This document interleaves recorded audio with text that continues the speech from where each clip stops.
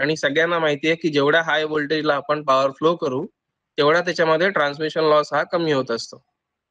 ठीक आहे. जसं काही लोकांकडे 33 केवीचे 20-20 किलोमीटरचे फीडर असतील, 22 केवीचे 30-30 किलोमीटर फीडर असतील, तर तुमची सबस्टेशन एंडला तुम्हाला 34 केवी 35 केवी व्होल्टेज असतं. पण एंडला तेच व्होल्टेज तुम्हाला डिस्कॉम कडनं सांगितलं जातं किंवा कन्झ्युमर कडनं सांगितलं जातं की आमच्याकडे 28-29 केवी व्होल्टेज येतं. ठीक आहे. तर हे ज्या गोष्टी असतात याच गोष्टी आपल्याला टाळायच्या असतात. हाच त्याचा एक म्हणजे आपल्याला बघण्यास म्हणजे हे आपल्याला निदर्शनास येत असतं की जेवढं लांब लाईन तेवढा त्याच्यामध्ये लॉस जास्त होत असतो. त्याच्यामुळे आपण काय करतो की बल्क पॉवर जी असते, जशी आता 400 केव्ही मध्ये जास्त पॉवर जाते 220 पेक्षा. करंट तोच असतो, फक्त व्होल्टेज लेव्हल वाढते. तर जे व्होल्टेज लेव्हल वाढवल्यामुळे आपल्याला बल्क पॉवर ट्रान्सफर करता येत असते. पण व्होल्टेज लेव्हल वाढवण्यासाठी किंवा कमी करण्यासाठी तर आपल्याकडे कोणतं इन्स्ट्रुमेंट आपण वापरतो? ट्रान्सफॉर्मर. म्हणून आपण काय म्हणतो? सबस्टेशन मधलं मुख्य इक्विपमेंट आपण कशाला म्हणतो? ट्रान्सफॉर्मरला म्हणतो.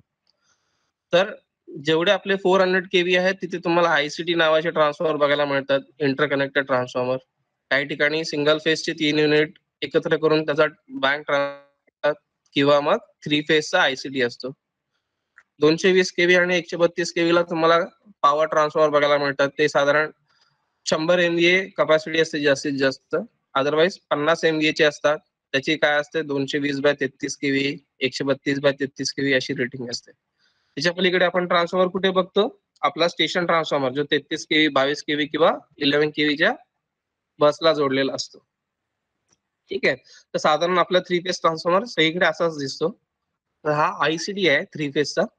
220 केव्ही बाय 132 केव्हीचा 150 एमव्हीएचा हा आयसीडी आहे. दोन्ही बाजूला रेडिएटर आहे आणि आपली माणसं नेहमीप्रमाणे त्याच्यावरती मेंटेनन्स हे करत आहेत. ठीक आहे. तर ट्रान्सफॉर्मर सगळ्यांनी बघितलेला आहे. ट्रान्सफॉर्मर नाही बघितलेलं असं कोणी आहे का आपल्यामध्ये आज?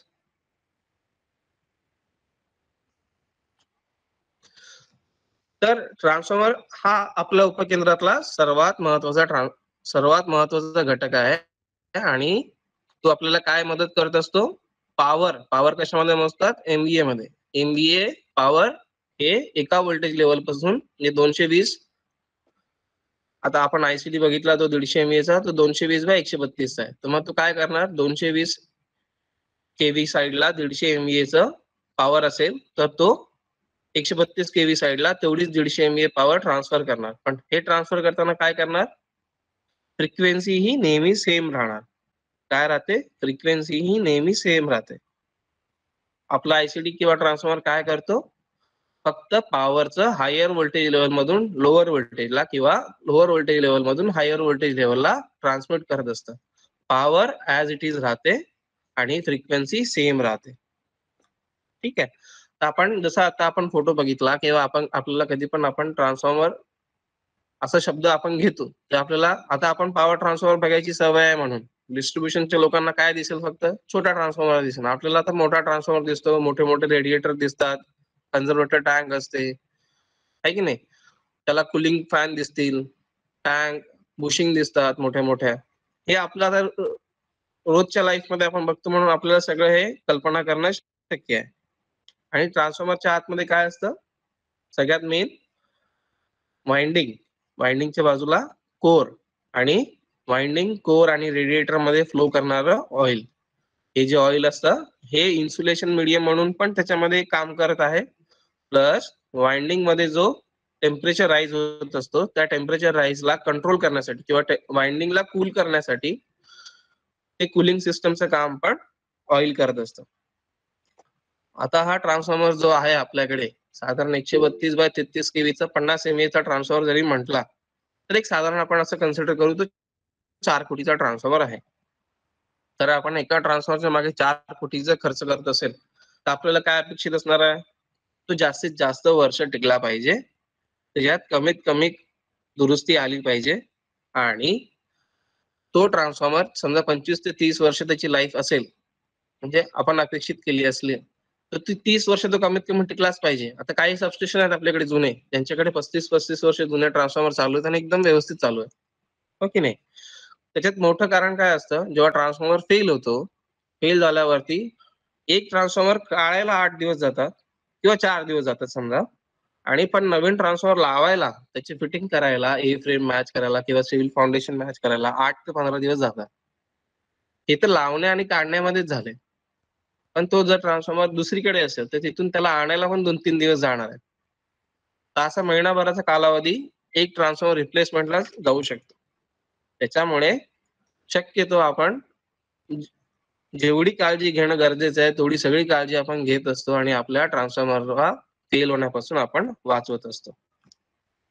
तर आता आपल्याकडे सगळ्यात मोठा अडचण काय आहे? आपल्याला अडचण याची आहे, की आपला जो ट्रान्सफॉर्मर आहे, त्याच्यावरती आधी काय व्हायचं, लोडिंग कमी असल्यावरती एक 10-15 वर्षापूर्वीची गोष्ट आपण जर कन्सिडर केली, नेहमी 40-45% त्याच्यावरती लोडिंग असायची किंवा त्याच्यापेक्षा पण कमी. म्हणजे 45% म्हणजे काय झालं, समजा 100 एमव्हीएचा ट्रान्सफॉर्मर असेल, तर 45% म्हणजे 45 एमव्हीए.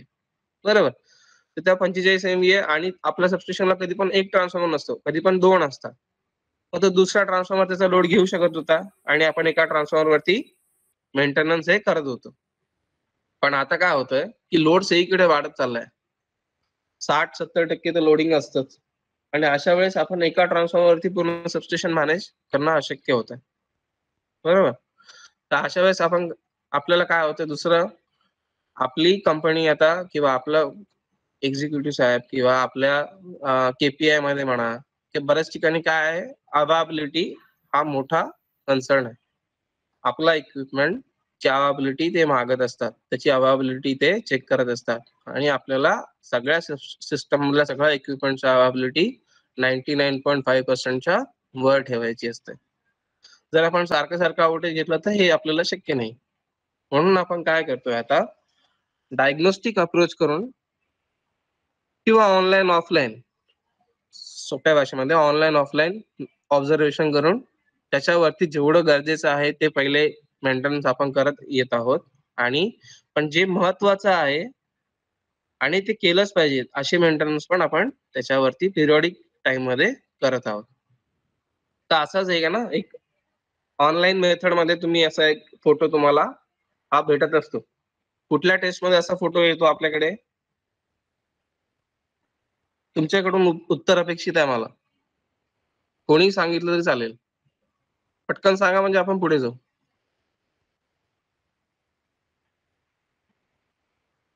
कुठला तरी कॅमेरा आहे, त्या कॅमेऱ्यातून फोटो काढत असतो असे आपण. Very good. ठीक आहे. तर हा थर्मोव्हिजन कॅमेऱ्यातून घेतलेला एक फोटो आहे. हा छोटा ट्रान्सफॉर्मर आहे. समजा हा डिस्ट्रीब्युशनचा ट्रान्सफॉर्मर आहे. तर या ट्रान्सफॉर्मरच्या फोटोमध्ये काय दिसतंय आपल्याला, इथे स्केल आहे. कुठल्या? उजव्या हाताला बघा स्केल आहे. 5, 10, 15 आणि जास्तीत जास्त 35 डिग्री टेम्परेचर. तर रेडिएटरचा जो भाग आहे हा, त्या रेडिएटरचा भाग किंवा आता इथे मेन टँक असते. तर या मेन टँक मध्ये नेहमी अप्पर साइडला ऑइलचं टेम्परेचर हे जास्त आलं पाहिजे.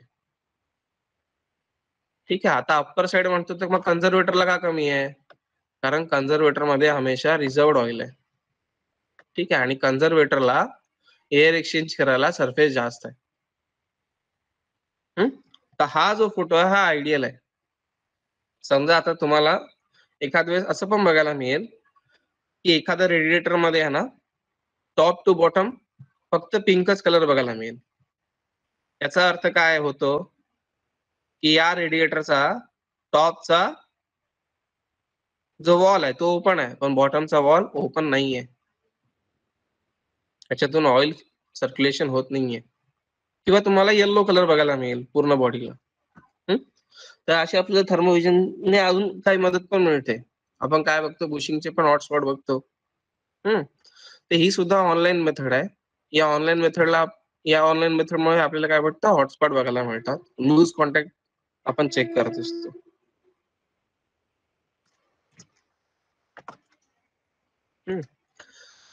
म्हणजेच काय, तर आपण काय करतो आपल्या कंपनीमध्ये, की मेंटेनन्स किंवा सुव्यवस्थापन हे बघणारे आपण 4 लोक वेगळे असतो. ऑपरेशन बघणारे 4 लोक वेगळे असतात. ऑपरेशन वाले त्याच्यावरती ऑब्झर्वेशन करत असतात डे टू डे मध्ये, आणि मेंटेनन्स मध्ये आपण काय करत असतो की त्याचं डायग्नोस्टिक घेणं, त्याचं जम्पर टाइटनिंग असेल का, त्याचं सिलिका जेल बदलणे, हे जे मेंटेनन्सची ऍक्टिव्हिटी ते आपण त्या वाटून घेतल्या की जेणेकरून दोन्ही काम व्यवस्थित झालं पाहिजे. ऑपरेशन पण प्रॉपर झाले पाहिजेत आणि मेंटेनन्स पण प्रॉपर झालं पाहिजे. म्हणून हे 4 लोकांना वेगळं काम वाटून दिलेलं आहे, 4 लोकांना वेगळं काम वाटून दिलेलं आहे. ठीक आहे. तर मेंटेनन्स आपण ट्रान्सफॉर्मरच करतो का असं नाहीये. आपण ट्रान्सफॉर्मर सोबत असलेल्या त्या मधल्या सीटीचं करतो, पीटीचं करतो, आयसोलेटरचं करतो, एलएचं करतो, सीसीचं करतो, एवट्रॅप असतात त्याचे करतो. बरोबर? त्या बसला जम्पर जातात, त्या बसमध्ये हॉटस्पॉट असतो तर ते पण अटेंड करतो. हे सगळं तर बाहेर झालं, पण आतमध्ये पण आपल्या कंट्रोल रूम मध्ये काय असतं? बॅटरी रूम असते, बॅटरी चार्जर असतो, बॅटरी सेट असते. त्याचं पण मेंटेनन्स आपल्याला करायचं असतं. हो की नाही? तर एवढ्या सगळ्या गोष्टीचा आपण मेंटेनन्स पिरियोडिक म्हणून आपण काय करतो? पिरियोडिक करतो. बॅटरीचं मेंटेनन्स काय करतो? आपण एक दिवस ठरवलेला आहे, गुरुवारचा किंवा मंगळवारचा, बुधवारचा. त्या दिवशी आपण पूर्ण बॅटरी सेट चेक करतो. हो की नाही? तसंच वर्षातनं एकदा आपण काय करतो? बॅटरीची लोड कॅपॅसिटी पण घेतो. हे कशातनं आलंय? सगळं अनुभवातून येतंय. आणि हा अनुभव म्हणजे तुमचा, माझा, आपल्या आधी जे सिनियर होते त्यांचा, बरोबर आहे. सगळ्यांचा अनुभवातून आपल्याकडे या प्रॅक्टिस, आदर्श प्रॅक्टिस म्हणू शकतो ना आपण त्याला आत्ताच्या मोमेंटला तरी, तर त्या आदर्श प्रॅक्टिस आपण करत आलोय. त्याच्या पलीकडे आपण सबस्टेशन मध्ये जमिनीखाली जी अंतरलेली अर्थिंग आहे, त्या अर्थिंग मेशचा सुद्धा आपण मेंटेनन्स हे पिरियॉडिकली करत असतो. पिरियॉडिक मेंटेनन्स म्हणजे कधी आपल्याला वाटतं अर्थिंगच्या व्हॅल्यू वाढल्या आहेत, है ना? अर्थिंगच्या व्हॅल्यू आपल्याला वर्षातनं 2दा घ्यायच्या आहेत. त्यांना वाढल्या तर आपण काय करतो? बेंटोनाइट पावडर किंवा एखादं अर्थिंग किट वाढवायचा प्रयत्न करतो. हं? एवढं सगळं आपण करतो म्हणजे ऑपरेशन वाले त्याच्यावरती कंटिन्युअस मॉनिटरिंग करतात ट्रान्सफॉर्मरला. कंटिन्युअस मॉनिटरिंग कसं करतात ते? तासाला त्याची लोडिंग घेतात. तासाला त्याचं टेम्परेचर बघतात. समजा आता 400 अँपिअर लोडिंग आहे, तर त्याच्यामध्ये किती टेम्परेचर जातंय? लोडिंग वाढलं तर टेम्परेचर कितीने वाढतंय? हे ते बघत असतात. लॉस किती आहे? एचव्ही आणि एलव्हीची रिडिंग बघत असतात. त्यात लॉस किती होतो ते बघत असतात. हो की नाही? तसंच मेंटेनन्स वाले काय करतात? लिकेज आहे का? हॉटस्पॉट होतोय का? ऑनलाईन मध्येच बघताय ना. तर या गोष्टींना आपण ऑब्झर्वेशन म्हणतो आणि या ऑब्झर्वेशन सुद्धा मेंटेनन्ससाठी तेवढ्याच गरजेचं आहे. आणि सुदैवाने आपले सगळे स्टाफ आजपर्यंत ऑब्झर्वेशन एकदम प्रॉपर करत आले आणि त्या प्रॉपर ऑब्झर्वेशनमुळे बऱ्याच वेळा होणारा जो संभाव्य धोका जो असतो सिस्टमला, तो आपण टाळलेला आहे. तरी पण असं क्वचित एखादी घटना होते, जशी आता या फोटोमध्ये दिसते. त्याच्यामध्ये काय झालं? ट्रान्सफॉर्मर पेटलाय. तर कोणी सांगू शकेल का मला काय पेटलं ऍक्च्युअली नेमकं किंवा काय फुटलं आणि मग ट्रान्सफॉर्मरला आग लागली असेल? बुशिंग फुटली तिची. बुशिंग फुटली, बुशिंग. बुशिंग फुटली सर ट्रान्सफॉर्मर. Okay, thank you. तर हा ट्रान्सफॉर्मर जो फोटो दिसतोय ना, हा साधारण 132/33 केवीचा आहे, असं आपण कन्सिडर करू. ठीक आहे. आता बुशिंग फुटली. बुशिंगच्या सोबतच फोटोमध्ये आपल्याला सिटी दिसतीये. समजा ती बुशिंग जोरात फुटली असती किंवा त्याचा कचरा जो आहे तो सिटीला लागला असता, सिटी पण फुटली असती की नाही? हो. सिटी फुटली सिटी फुटू शकली असती. आजूबाजूची एखादी सिटी फुटली पण नसेल. आता या फोटोमध्ये नाहीये. ठीक आहे. किंवा ती फुटली नाहीये म्हणून मी घेतला नाहीये. हा, ती फुटलेली नाही म्हणजे ती वाचली. थोडक्यात ती वाचली. पण आता आपण मगाशी कन्सिडर केला की 132/33 केवीचा एक ट्रान्सफॉर्मर 50 MVA आपल्याला 4 कोटीला साधारण पडतो. ही बुशिंग कितीला पडते 132 केवीची? 2 लाखाला. कितीला पडते? 2 लाखाला. 2 लाखाला. जर मेंटेनन्स करताना किंवा डायग्नोस्टिक टेस्ट करताना आपल्याला हा प्रॉब्लेम सापडला असता. मी असं नाही म्हणत आहे की हा प्रॉब्लेम आधीपासून होता आणि मग ती फुटली, असं नाही म्हणत आहे. प्रॉब्लेम हे कधी पण येऊ शकतात. पण एक जस्ट इमॅजिन करा की जर आपण डायग्नोस्टिक झालं असतं आपलं आणि आपल्याला ती आयडेंटिफाय झाली असती, तर 2 लाख कुठे आणि हे 4 कोटी कुठे? आहे ना, फरक आहे ना. तर आपलं म्हणणं किंवा आपल्या कंपनीचे जे धोरण आहेत ना, त्याचं म्हणणं हेच आहे की तुम्ही जे गरजेचं डायग्नोस्टिक आहे ते त्या वेळेनुसार करा, की जेणेकरून असे जे होणारे अपघात आहेत ते अपघात कमी होतील. आणि या अपघातामध्ये हा ट्रान्सफॉर्मर फुटला किंवा बुशिंग फुटली, याच्यापेक्षा महत्वाचं काय असतं, आपले जे सहकारी असतात ते या त्या कारणाने सबस्टेशन मध्ये वावरत असतात, ट्रान्सफॉर्मरच्या अवतीभोवती असतात, कधी टेम्परेचर घ्यायला किंवा काय घ्यायला. तर त्याच्यातून त्यांना होणारा धोका हा सगळ्यात अवघड धोका आहे. म्हणून आपण नेहमी सतर्क राहिलं पाहिजे.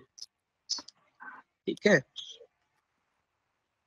तर काही इक्विपमेंट आहेत ट्रान्सफॉर्मर मधले, हे सगळ्यांना माहिती असणे गरजेचं आहे. तर आपण एक एक इक्विपमेंट बघू. आता हा इक्विपमेंट कोणी सांगू शकेल का मला काय आहे?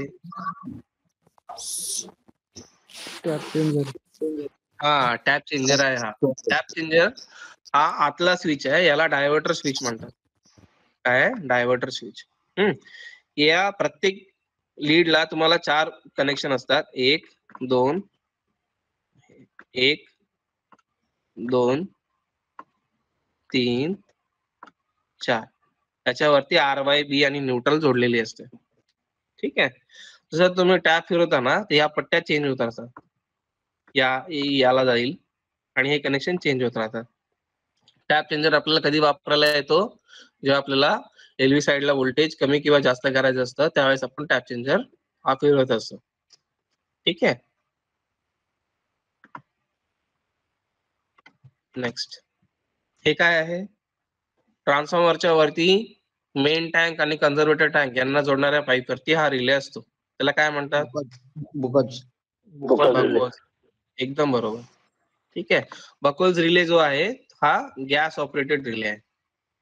गॅस ऑपरेटेड रिले का म्हणायचं? त्याच्यामध्ये आपल्याला नेहमी काय दिसतं? ऑइल. काय असतं याच्यामध्ये? नेहमी ऑइल. पण जेव्हा कधी ट्रान्सफॉर्मर मध्ये इंटरनल फॉल्ट किंवा ट्रान्सफॉर्मर एखादा फॉल्ट फीड करतो, त्याच्यामध्ये जर आतमध्ये हीट तयार होत असेल आणि त्या हीट मध्ये गॅसेस निर्माण होत असतील, तर या गॅसेस इथे जमा होतात. आणि तुम्हाला जेव्हा आपण बकल्स ऑपरेट होतो त्यावेळेस तुम्हाला काय दिसेल? त्याची ऑइल लेवल कमी होते आणि आतमध्ये हवा शिरलेली दिसेल. अशा वेळेस काय करतो आपण? ही जी गॅस आहे किंवा हवा जी जमा झाली आहे, ती आपण बलून मध्ये किंवा जर आपल्याकडे बॉटल असेल ती, त्या बॉटल मध्ये आपण तिला ट्रॅप करायचा प्रयत्न करतो. आणि एखाद्या वेळेस आपल्याला आपल्या अधिकाऱ्यांनी सुचवलं असेल किंवा सांगितलं असेल की त्याला फ्लेमेबल आहे का ते गॅसेस, ते चेक करायचे आहे, तर आपण फ्लेम टेस्ट त्याची घेत असतो. आणि फ्लेम टेस्ट ओके आली म्हणजे याचा अर्थ त्या ज्या बकोल्स रिले मध्ये चेंबर मध्ये ऍसिटिलीन हा वायू जो आहे तो त्याच्यामध्ये आहे. त्याला काय म्हणतो मग? Flammable gas.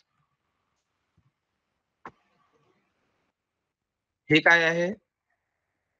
Silica gel. Silica gel breather. ठीक आहे, सिलिका जेल ब्रीदर. हे कुठे जोडलेलं असतं? हे कॉन्झर्वेटर टँकला जोडलेलं असतं. हा जो पाईप आहे हा कॉन्झर्वेटर टँक कडनं आलेला आहे. ठीक आहे. जसं या बॉटल मध्ये सिलिका जेल निळी असणं गरजेचं आहे. जर तुमच्याकडे अमॉर्फस ब्लू कलरची सिलिका जेल आली असेल तर, काही ठिकाणी पिंक ऑरेंज पण असतात. ठीक आहे. ते वेगवेगळ्या टाईपच्या सिलिका जेल आहेत. त्याचा जो कलर आहे, कुठल्या पण कलरचा सिलिका जेल असेल, ते त्याचा जो कलर आहे तो जर डाऊन झाला तर ती तुम्हाला बदलणं गरजेचं आहे. ते तर बदलायचंच आहे. त्याखेरीज हे जे ऑइल कप आहेत, या ऑइल कप मध्ये सुद्धा ऑइल लेवल ही नेहमी आपल्याला चेक करायची आहे, की जेणेकरून एक्सटर्नल जी एअर आहे ती डायरेक्टली आत जाणार नाही, ती ऑइल मधून जाईल. ठीक आहे.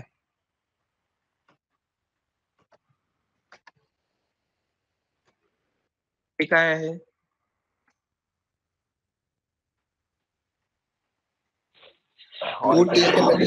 टेम्परेचर.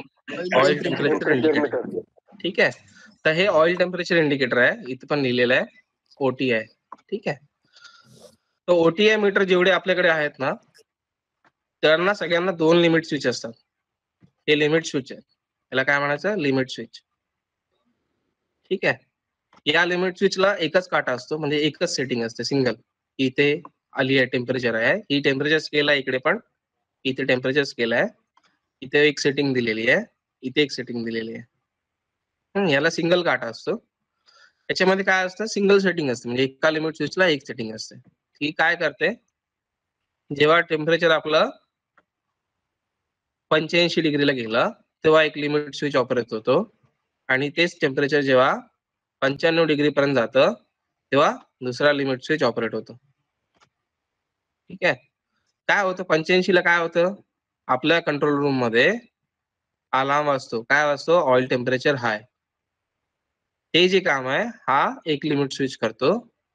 दुसरं टेम्परेचर वाढतच गेलं आपल्याकडनं कंट्रोलच नाही झालं. फॅन ऑन केले पाणी मारलं काही झालं 95 डिग्री पर्यंत टेम्परेचर वाढलं टेम्परेचर राईज झालं तर दुसरा लिमिट स्विच काय करतो ट्रान्सफॉर्मरला ट्रिप करतो.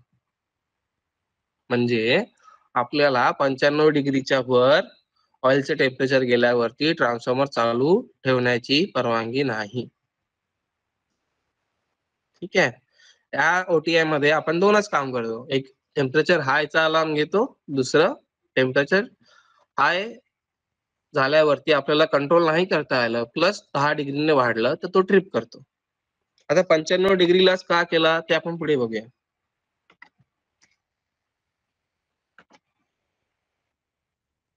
हा कोणता मीटर आहे वाइंडिंग टेम्परेचर. हा WTI. आता OTI आणि WTI मध्ये तुम्हाला काय आहे इथे किती दिसत आहेत स्विच 4 1 2 3 4. ठीक आहे.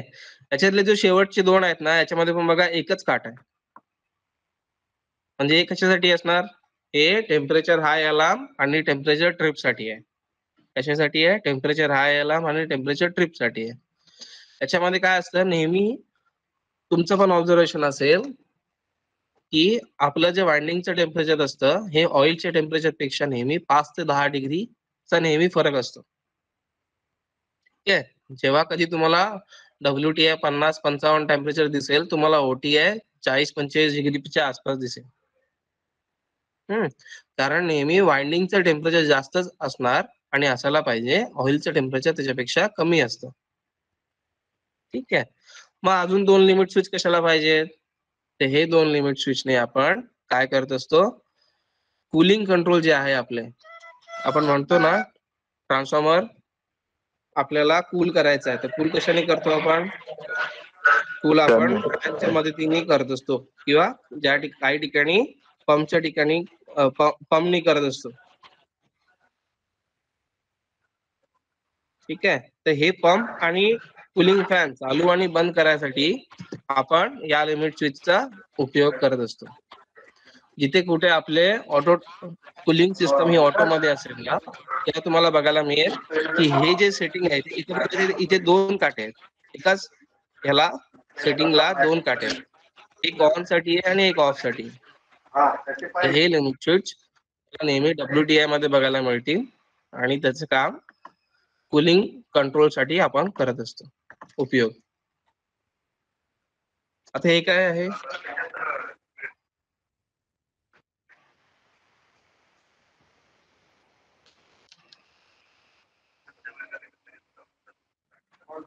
Flow indicator. हा एक आहे ऑइल फ्लो मीटर आणि बाजूला आहे पंप. आपण जेव्हा कधी पंप आता हे जे आहे ना हे पंप आणि ऑइल फ्लो इंडिकेटर आपल्याकडे 50 MVA पेक्षा वरचे ट्रान्सफॉर्मर आहेत त्यांना बघायला मिळतो. ट्रान्सफॉर्मर पॉवर ट्रान्सफॉर्मर आणि जेवढे आपले ICT आहेत त्या सगळ्यांना हा पंप आणि फ्लो मीटर लागतो. पंप असेल तर फ्लो मीटर हा असणारच. का कारण आपली जी सर्क्युलेशन आहे किंवा ऑइलचं जे कूलिंग आहे त्याचं सर्क्युलेशन एक डिझाईन केलेलं असतं तर त्या डिझाईन मध्ये गेलं पाहिजे. त्याच फॅशन मध्ये ऑइल फ्लो झाला पाहिजे. तर ऑइल फ्लो पंप जर बरोबर काम करत असेल या डायरेक्शन मध्ये याच्यावरती पण डायरेक्शन असते. हा याच्या इथे असेल या भागामध्ये काढलेली असेल किंवा इथे काढलेली असेल. जर या डायरेक्शन मध्ये असेल तर हा फ्लो मीटर बरोबर जाईल. ठीक आहे. जेव्हा कधी आपण पंपचं मेंटेनन्स करतो किंवा पंपचे कनेक्शन केबल चेंज केली समजा खराब झाली असेल तर आपण फ्लो इंडिकेटर एकदा चेक करून घ्यायचं. हे काय आहे TRV. जसं बकुल्स रिले गॅसवर ऑपरेट होतो तसाच पीआरव्ही रिले हा प्रेशर वरती ऑपरेट होतो. कशावरती? प्रेशरवर. जसे आपल्या प्रेशर कुकर आहे ना घरातला, त्याच्यावरती पण चिटी असते ना, ठराविक प्रेशर आल्यावरतीच ती उघडते, प्रेशर ते नील झाल्यावरती परत बंद होते. बरोबर? तसाच हा पीआरव्ही आहे. हा प्रेशर वाढलं ठराविक प्रेशरच्या तेव्हा हा उघडतो, आणि हे असं जेव्हा हा बाहेर पडतं ऑइल तेव्हा हा फ्लॅग उभा होतो. म्हणजे जर तुमच्या ट्रान्सफॉर्मरला 2 पीआरव्ही असतील किंवा जास्त असतील, तर कुठला पीआरव्ही ऑपरेट झाला असेल हे कळायचं असेल तर हा फ्लॅग बघायचा. ज्याचा हा फ्लॅग उभा असेल तो पीआरव्ही ऑपरेट झाला आहे.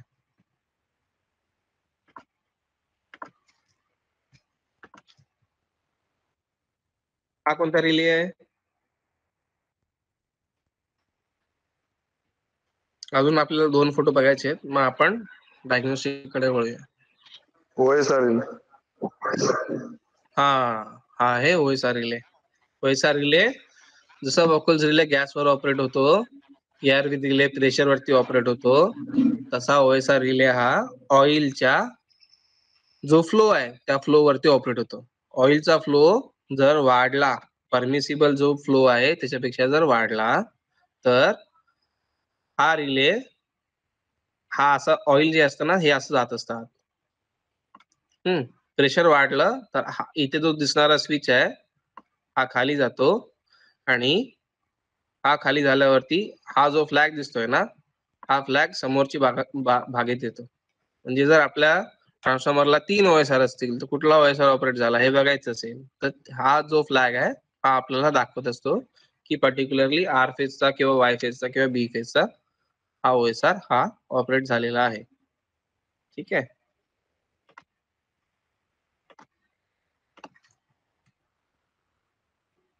हे काय आहे?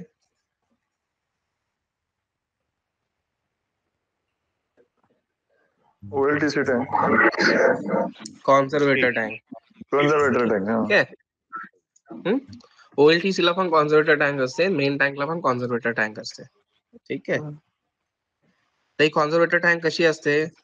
ही अशी असते, पूर्ण रिकामी टाकी असते, त्या रिकामी टाकीमध्ये एक बलून असतो. ठीक आहे. तर या बलूनचं काय काम आहे? बलूनला तर हा पाईप जोडलेला आहे. हा जो पाईप आहे ब्रीदर कडनं येणारा हा बलून मध्ये जोडलेला आहे. म्हणजे जी काय हवा ट्रान्सफॉर्मर मध्ये येते किंवा ट्रान्सफॉर्मर मधून बाहेर जाते ती या बलून मध्ये असते. कुठे असते? बलून मध्ये असते. ठीक आहे. आता हे जे ऑरेंज कलरचं आहे हे काय आहे? ऑइल आहे. आपण जेव्हा ट्रान्सफॉर्मर कमिशन करतो किंवा ऑइल फिलअप करतो, किंवा आपलं काय मेंटेनन्सचं काम आहे, बुशिंग रिप्लेस केली, त्याच्यानंतर सुद्धा ऑइल परत टॉपअप करत असतो किंवा ऑइल जे आहे ते आपण परत फिलअप करत असतो. या सर्व ऍक्टिव्हिटीज मध्ये नेहमी लक्षात ठेवायचं, पहिलं ऑइल फिल्ट्रेशन, ट्रान्सफॉर्मर कमिशनिंग किंवा बुशिंग रिप्लेसमेंट, अशा सगळ्या ऍक्टिव्हिटीज मध्ये जेव्हा कधी आपण ऑइल काढतो किंवा ऑइल पुशअप करतो, या सर्व गोष्टींमध्ये आपल्याला आपले ब्रीदर जे आहेत ते ओपन ठेवायचे आहेत, पाईप पासून काढून टाकायचे आहेत. ठीक आहे. पहिली आणि सगळ्यात महत्वाची गोष्ट.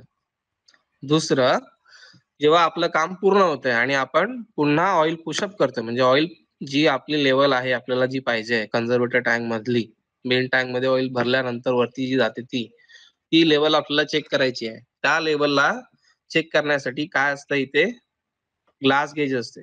किती असतात? 2 किंवा 3 असतात. 3 असतील तर हे अशा एका बाजूला एक असतात.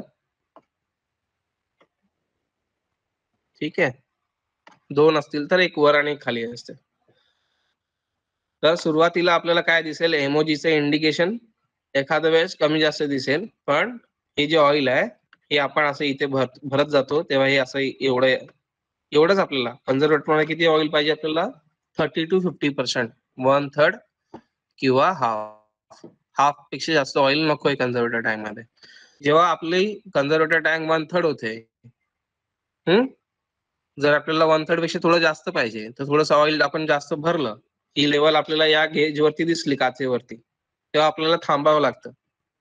ऑइल पुशअप करण्यापासून आपण थांबतो. मग काय करतो आपण? जेवढे ऑइल लेवल आपल्याला भरायचं आहे ते ऑइल लेवल भरल्यावरती आपल्याला ब्रीदर काढल्यामुळे काय होतं, हा बलून आहे ना, बलूनला ऑइल प्रेशरमुळे हा कधी कधी फ्लॅट होऊन जातो, म्हणजे याच्यातली हवा कमी झालेली असते. आणि आपल्याला मग एअर सेल करायला सांगतात. काय करायला सांगतात? Air cell. मग त्यावेळेस आपण काय करतो, नायट्रोजनचे सिलेंडर हे कन्झर्वेटरच्या बॉटमला इथे ब्रीदर लावलेलं असतात, या भागाला आपण नायट्रोजन इथून इंजेक्ट करतो, या बलूनला फुगवायला सुरू करतो. जसा जसा हा बलून फुगायला लागतो, काय होणार आहे, बलून पण टाकीमध्ये, ऑइल पण भरलेलं आहे टाकीमध्ये, काय होणार शेवटी, हे जे ऑइल आहे त्याला जी जागा मिळेल ती जागा ते घ्यायला सुरू करतो.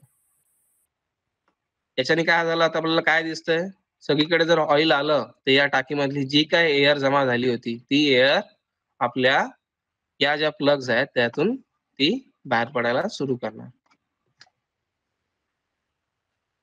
ठीक आहे. आणि मग जेव्हा हे ऑइल बाहेर यायला सुरू करतं तेव्हा आपण परत 2 मिनिटं थांबायचं. थांबून हे प्लग लावून परत प्लग ओपन करून बघायचे. परत थोडंसं नायट्रोजन भरायचं. हे पुन्हा अजून एअर सोडेल. सगळी एअर बाहेर आल्यावरती हे प्लग टाईट करून नायट्रोजन सिलेंडर काढून तिथे आपल्याला ब्रीदर कनेक्ट करायचं. या गोष्टीला काय म्हणतो आपण, एअर सेल. काय म्हणायचं एअर सेल? कारण आपण हवेला या बलून मध्ये कैद केलेलं आहे, म्हणून त्याला म्हणा. ठीक आहे. आणि मग जी एमओजी ची रिडिंग येईल ना, ती प्रॉपर रिडिंग येईल. ठीक आहे. Sir hello. हा बोला. हॅलो. हा सर, जे ग्लासचे इंडिकेशन आहेत दोन, टीएनआरला 2 आहेत, एमओजीच्या अपोजिट साइडला. हॅलो. हा हा बरोबर, अपोजिट साइडला असतं. अपोजिट साइडला हा आहे, बरोबर, 2 अपोजिट आहेत. साइडला असतं. आता त्याचं इंडिकेशन जे हा, खाली ग्लास असतो त्याचं घ्यायचं का सर फुल? त्याचं काय? जे ग्लासचे जे इंडिकेशन आहे, एक खाली आहे आणि एक जेव्हा वर हा आहे. तर बरोबर ऑइल बरोबर, टॉपअप ते करताना. तुम्हाला ना नेहमी जेव्हा एअरसेल झालेली आहे ना, हम्म. जेव्हा एअरसेल झालेली आहे तेव्हा तुम्हाला ते दोन्ही ग्लास मध्ये फुल ऑइल दिसेल. आणि ते फुल ऑइलच दिसलं पाहिजे. कारण काय, टाकीमध्ये तुमचं ऑइलच आहे, एअर नाही आहे. हम्म. पण जे ऑइल आहे ना, ते ऑइल 1/3च आहे टाकीच्या. पण तरी पण ते फुल का दिसतंय? कारण तुम्ही जो बलून जो आहे ना, तो बलून तुमचा पूर्ण फुगलेला आहे. हम्म. जर त्या ऑइल इंडिकेटर मध्ये ऑइल कमी झालेलं दिसेल, याचा अर्थ काय झाला, तुमचा बलून जो आहे तो व्यवस्थित फुगलेला नाहीये. बरोबर आहे. मग त्यावेळेला ठीक ऑइल आहे. कसं समजायचं सर? एमओजी वरती इंडिकेशन असणार. आणि ऑइल गेज जी आहे ना, ती काय करते, ऍक्च्युअल मध्ये जी ऑइल लेवल आहे तुमच्या कन्झर्वेटर टँक मधली, तीच ती दाखवते. कुठल्या ठीक ग्लास आहे. मध्ये? तर ऑइल, हा ग्लास मध्ये. कोणती, खालची का ठीक वरची आहे. सर? पण ते दोन्ही जे ग्लास आहेत ना, ते एका बाजूला एक आहेत. तुमची एकच ग्लास आहे का खालतून वरपर्यंत? नाही, नाही, त्याला एका 2 बाजूला ग्लास आहे. मध्ये विभागून दिले. हो हा, 2 ग्लास मध्ये एकच इंडिकेटर विभागून दिलाय. हम्म. म्हणजे एकच ग्लासचा कॉलम करण्यापेक्षा 2 कॉलम केलेले आहेत थोडक्यात. हम्म. हम्म. ठीक आहे. मग ते फुल फुल पाहिजे का सर, असं म्हणायचं मला? हा, जर तुमच्या कन्झर्वेटर टँकला बलून असेल तर ते फुलच असलं पाहिजे. हम्म. आणि अशा ते अशा फुल वेळेला असलं जर याचा ब्रीदर. अर्थ, हॅलो ते सर. फुल असेल याचा अर्थ एवढाच आहे की तुमच्या कन्झर्वेटर टँक मध्ये एअर नाही, फक्त ऑइल आहे. आणि जी काय ओके. एअर आहे ती बलून मध्ये आहे. हम्म. आणि अशा वेळेला जर ब्रीदर मधून ऑइल आलं तर मग येऊ दे ना, काय हरकत नाही. काही फरक नाही पडत त्याला? ब्रीदर मध्ये ऑइल येत नाही टाकीत ना. ब्रीदर कुठे कनेक्ट केलेला आहे? बलूनला वरतून कनेक्ट आहे, केला आहे. कन्व्हर्टर टँकच्या वरून आहे. हा, पण तो कन्झर्वेटर टँकला जो तुमचा जो पाईप जातो ब्रीदरचा, तो कुठे कनेक्ट केलाय? पाईप मध्ये कनेक्ट, बलून मध्ये कनेक्ट केलाय. हम्म. बलून मध्ये एअर, एअर आहे, ऑइल आहे का? नाही, एअर असतं. हा, हे जे ऑइल येतं सिलिका जेल मध्ये, आपण कप जो भरलेला असतो ना ऑइलचा, ते ऑइल त्याच्यामध्ये जाते. अच्छा. किंवा चुकून बुशिंग मध्ये ऑइल आलं टॉपअप करताना तर? बुशिंग मध्ये? हा, बुशिंग मध्ये तर ऑइल येणारच आहे. टॉपअप करताना. हा नाही आपली कन्झर्वेटर टँक ज्या लेवलला आहे ना, हम्म, कन्झर्वेटर टँक मध्ये ज्या लेवलचं ऑइल आहे त्या हम्म. लेवल पर्यंत आपल्या सर्व इक्विपमेंट्स मध्ये त्या बुशिंगची हाईट तर कन्झर्वेटर टँकच्या वर पूर्ण नसते, अर्धी तर बुशिंग मध्ये आपल्या ट्रान्सफॉर्मरचं ऑइल हे आलेलं असतं. बरोबर आहे. ठीक आहे. तर या सर्व इक्विपमेंट्स आपण बघितले, इक्विपमेंट्सला कोणत्या कोणत्या फॉल्टमुळे हानी पोचते आपण सगळ्यांना माहिती आहे. तरी पण एक एक उजळणी म्हणून किंवा एक फेरआढावा म्हणून आपण त्याचा पुन्हा एकदा आपण अवलोकन करूया. एक म्हणजे काय असतं, आपल्या ट्रान्सफॉर्मरला जेवढे लिकेज होणार त्या जास्त लिकेज असेल तर आपल्याला लवकर लवकर लो ऑइल लेवल ही एमओजी देत राहणार. ठीक आहे. एमओजीचा फुल फॉर्म आहे मिनिमम मॅग्नेटिक ऑइल गेज. ठीक आहे. जेव्हा कधी मॅग्नेटिक ऑइल गेज मध्ये ऑइल लेवल कमी आला याचा पहिला अर्थ तुमच्या कन्झर्वेटर टँक मध्ये जी सफिशियंट ऑइल लेवल आहे त्याच्यापेक्षा ऑइल लेवल कमी आलेली आहे. दुसरं, ओटीआय डब्ल्यूटीआय टेम्परेचर हाय अलार्म. हे सहसा आपल्या सबस्टेशन मध्ये येत नाही, पण ज्यावेळेस आपला एखादा ट्रान्सफॉर्मर आउट मध्ये आहे आणि एकाच ट्रान्सफॉर्मरवरती पूर्ण लोड आहे तर हे संभावित असतं. ओटीआय डब्ल्यूटीआय टेम्परेचर अलार्म. ओटीआय डब्ल्यूटीआय टेम्परेचर अलार्म हा जरी कंटिन्युअस असेल तरी आपल्याला म्हणजे आपलं जे आयडियल जे ऑपरेशन आहे हे आयडियल ऑपरेशन ट्रान्सफॉर्मरचं हे नाहीये. ठीक आहे. कारण आपल्या आयडियल ऑपरेशन नुसार ट्रान्सफॉर्मरची वाइंडिंग ही नेहमी कूल असली पाहिजे. हे तर अलार्मिंग आले. अलार्मिंग मध्ये सुद्धा आणि त्याच्याशिवाय आपल्याला काय होतं, हे अलार्मिंग येताना काही वेळेस आपला ट्रान्सफॉर्मर ट्रिप पण होतो किंवा काही 33 केव्हीच्या फॉल्ट वरती सुद्धा आपला ट्रान्सफॉर्मर ट्रिप होत असतो किंवा ट्रान्सफॉर्मरच्या बे मधले इक्विपमेंट फेल होतात तेव्हा सुद्धा आपला ट्रान्सफॉर्मर ट्रिप होतो. या ट्रिपिंगच्या कंडिशन मध्ये आपल्याला काय बघायला मिळतं, करंट जो आहे जेवढा ट्रान्सफॉर्मरच्या जवळ फॉल्ट असेल तेवढा त्याचा करंट हा वाढलेला असतो. 132/33 केव्ही ट्रान्सफॉर्मरचा 50 एमव्हीए ट्रान्सफॉर्मरचा जर एलए फुटला तर साधारण तुम्हाला 8 ते 8,500 अँपिअर करंट बघायला मिळतो. ठीक आहे. सिटी सीबी जर त्या बेचाच असेल, ट्रान्सफॉर्मरच्या एलव्हीच असेल किंवा आपल्या बसचाच असेल तरी तुम्हाला 8 ते 9,000 करंट हा गेलेला बघायला मिळेल जर ट्रान्सफॉर्मर आपला इंडिपेंडंट असेल.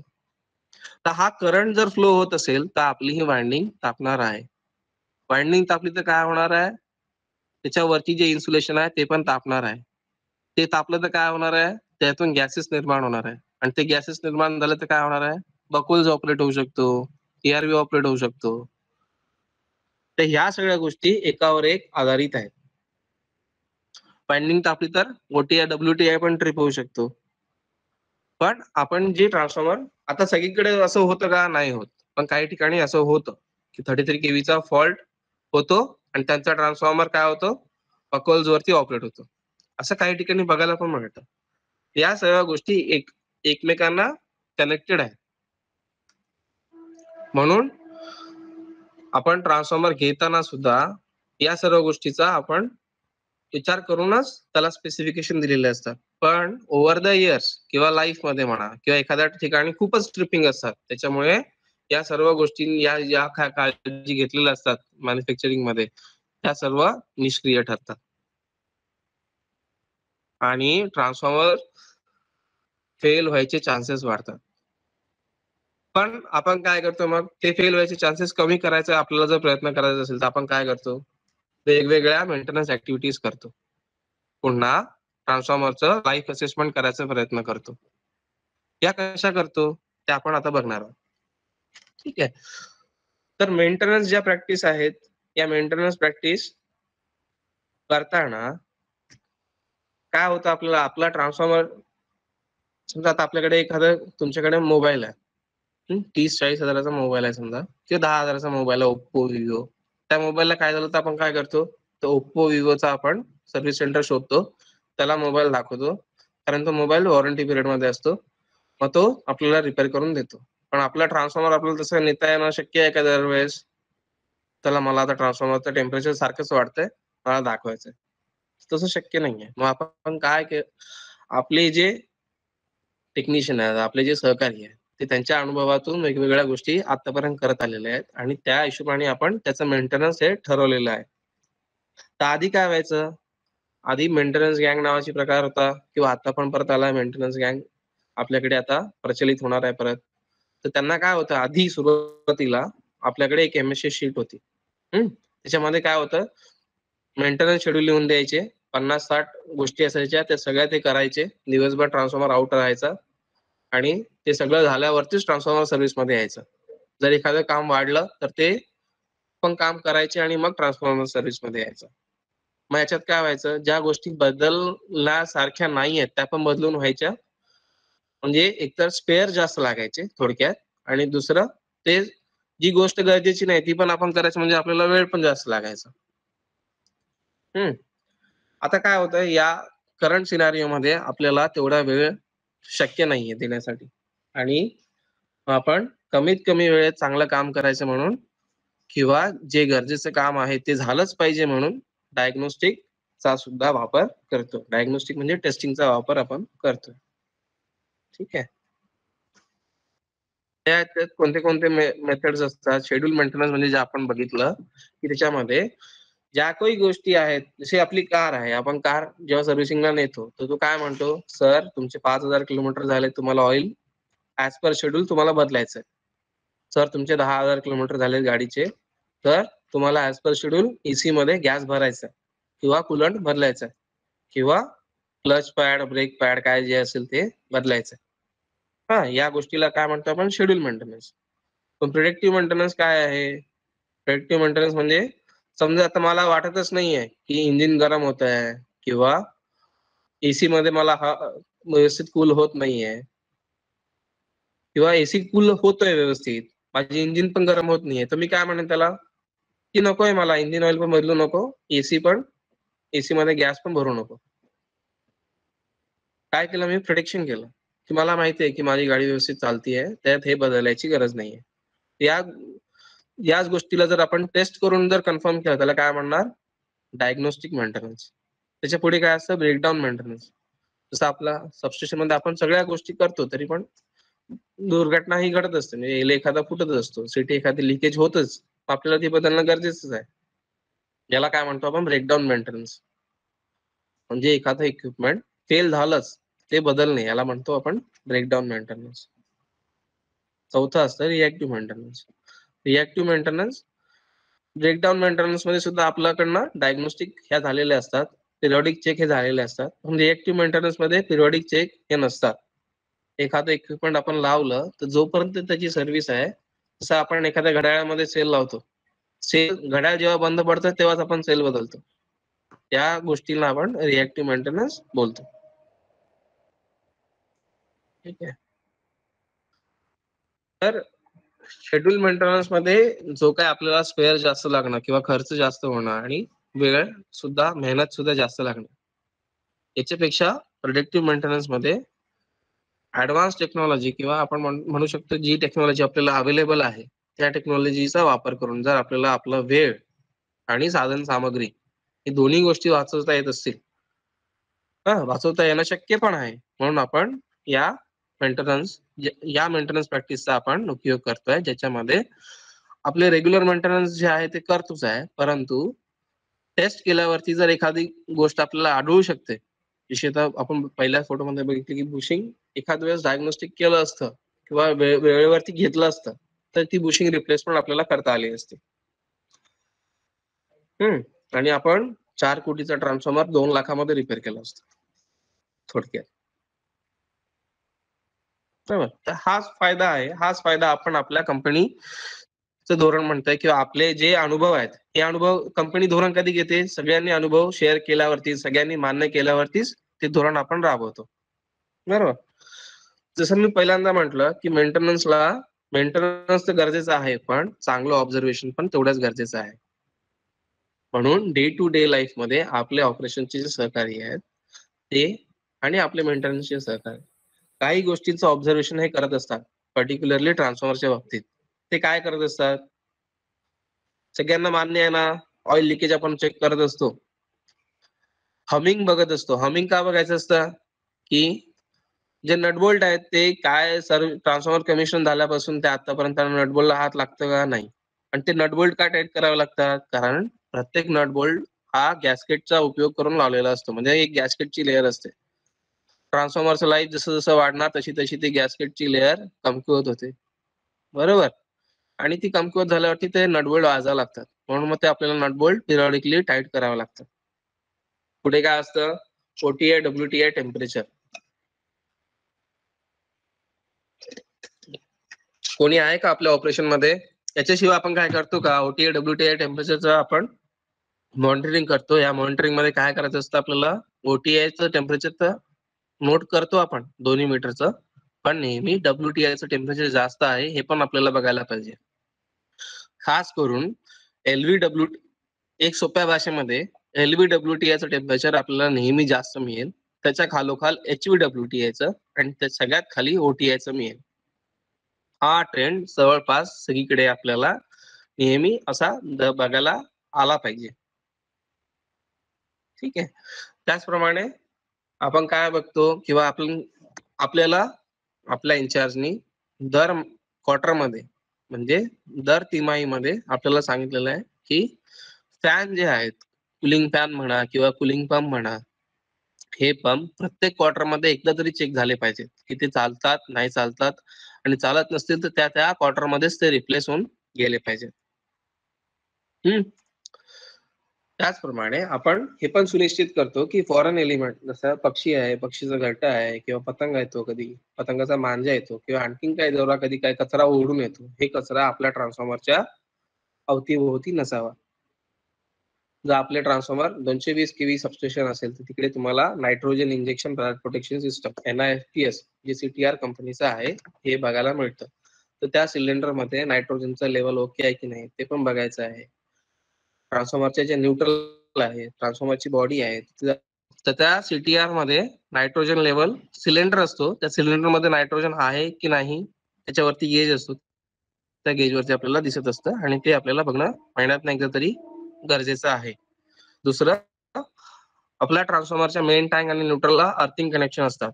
जेव्हा कधी आपला फॉल्ट होत असतो 33 kV ला, 22 kV ला आउटगोईंग फीडरला, तर त्या आपल्या न्यूट्रल मधून पण करंट जात असतो किंवा येत असतो. तर हे जे करंटमुळे तिथे स्पार्किंग व्हायला नाही पाहिजे. आणि जर स्पार्किंग दिसत असेल किंवा त्याचे जे मार्क्स येतात ते मार्क्स दिसत असतील तर आपला हे सर्वसाधारण अनुभव आहे की ते अर्थिंग कनेक्शन हे लूज झालेले आहे.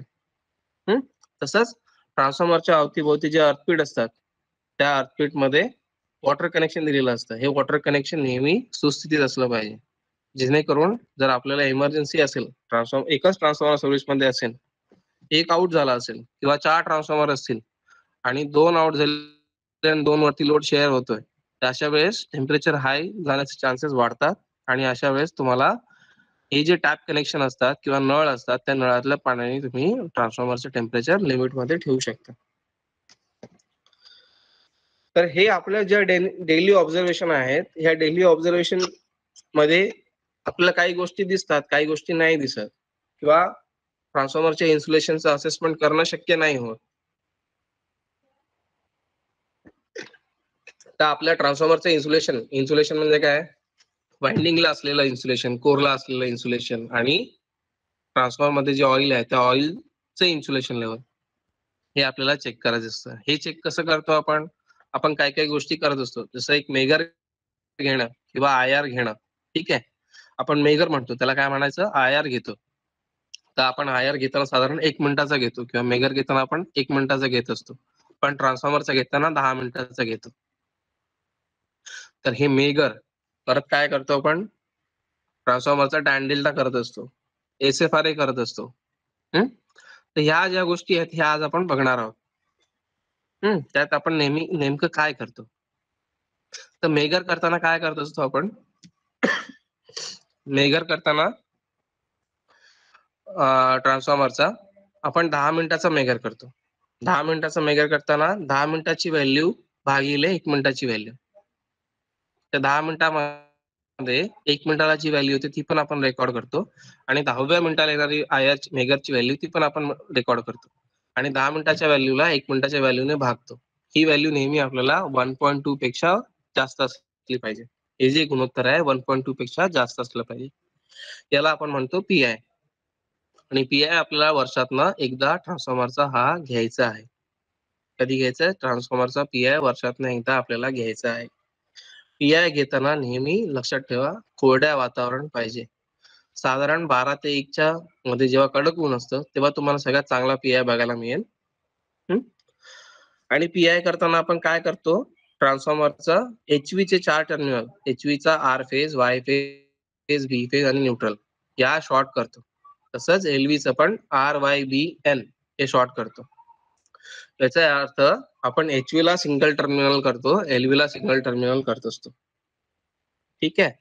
आणि मेगर घेताना एचव्ही टू एलव्ही घ्यायचं असेल तर एचव्ही ला 1 चिमटा लावणार, एलव्ही ला 1 चिमटा लावणार. एचव्ही टू अर्थ घ्यायचं असेल तर 1 चिमटा एचव्ही ला लावणार, 1 चिमटा ट्रान्सफॉर्मरच्या टँकला लावणार, बॉडीला लावणार. तसंच एलव्ही टू हा सर पीआयचं हे सांगा ना, पीआय पीआय म्हणजे पोलरायझेशन इंडेक्स. पोलरायझेशन इंडेक्स म्हणजे आपण आयआर जो घेतो तो आपल्याला 10 मिनिटं घ्यायचा असतो. ठीक आहे.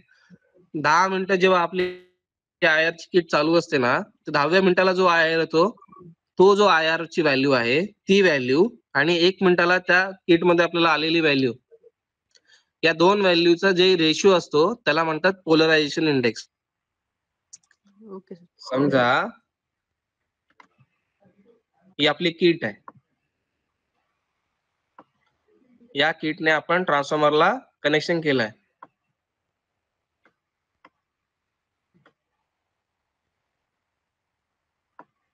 हा आपला ट्रान्सफॉर्मर आहे, तो एचव्ही टर्मिनल आहे आणि हे ट्रान्सफॉर्मरची बॉडी आहे. तर हे कनेक्शनला काय म्हणतो आपण? एचव्ही टू ग्राउंड किंवा एचव्ही टू अर्थ. ठीक आहे. आता आपण मेगर चालू केला. काय केला? मेगर चालू केला. किती मिनिटासाठी चालू करणार आपण? 10 मिनिटासाठी. आपला 1 मिनिट झाला. किती झाला? 1 मिनिट झाला. 1 मिनिटामध्ये व्हॅल्यू आली या मेगर वरती. 1 मिनिट चालूच आहे किट. हा आपली किट आपली किती मिनिटं चालू राहणार आहे? 10 मिनिटं. एकंदर 10 मिनिटं चालू राहणार आहे. त्याच्यातली आपली पहिली व्हॅल्यू कितीला आली? 1 मिनिटाला आली. या जे डिस्प्ले असतो त्याच्यामध्ये 1 मिनिटाला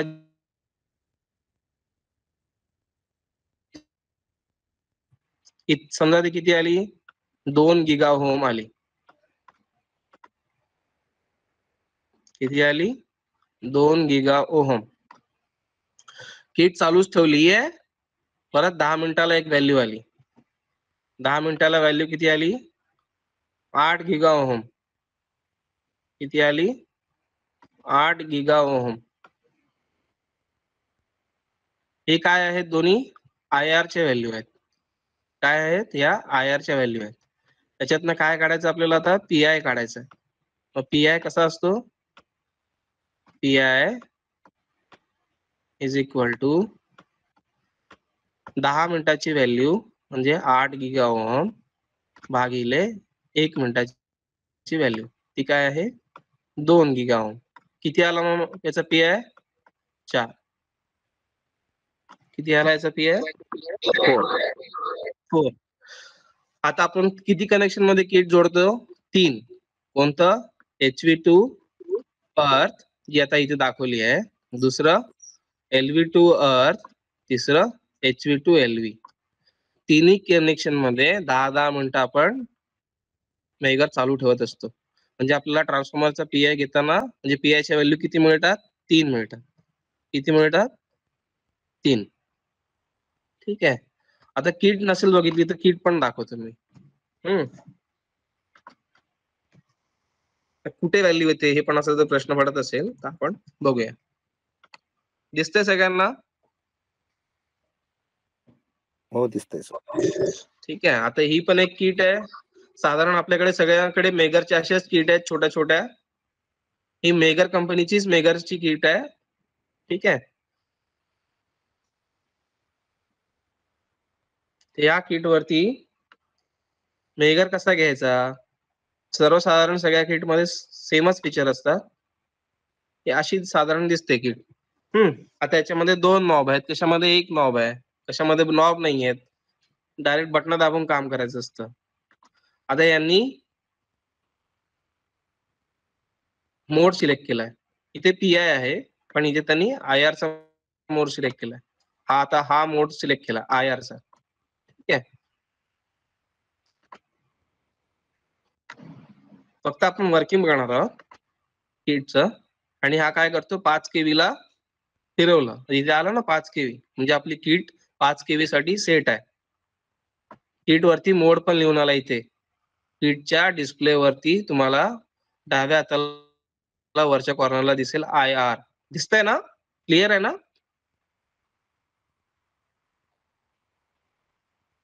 पोचतोय ना सगळ्यांना माझा आवाज? आवाज येतोय पण ते जरा बारीक आहे. बारीक आहे.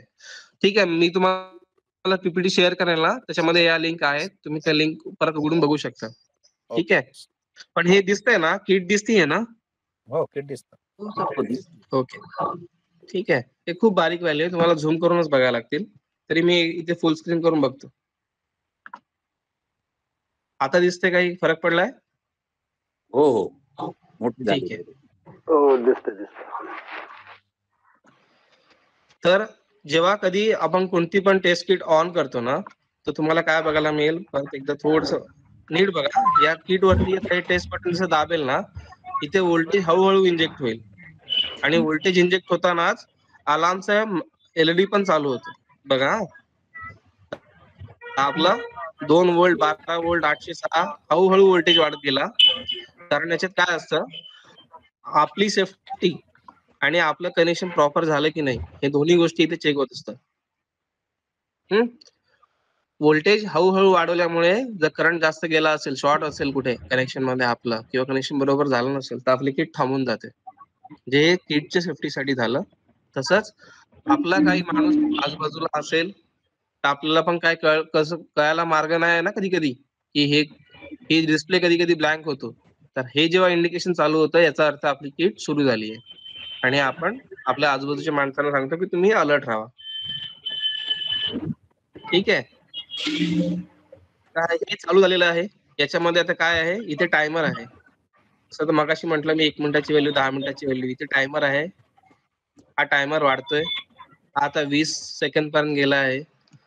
ठीक आहे. आणि ही व्हॅल्यू स्टेबल होताना दिसते आता.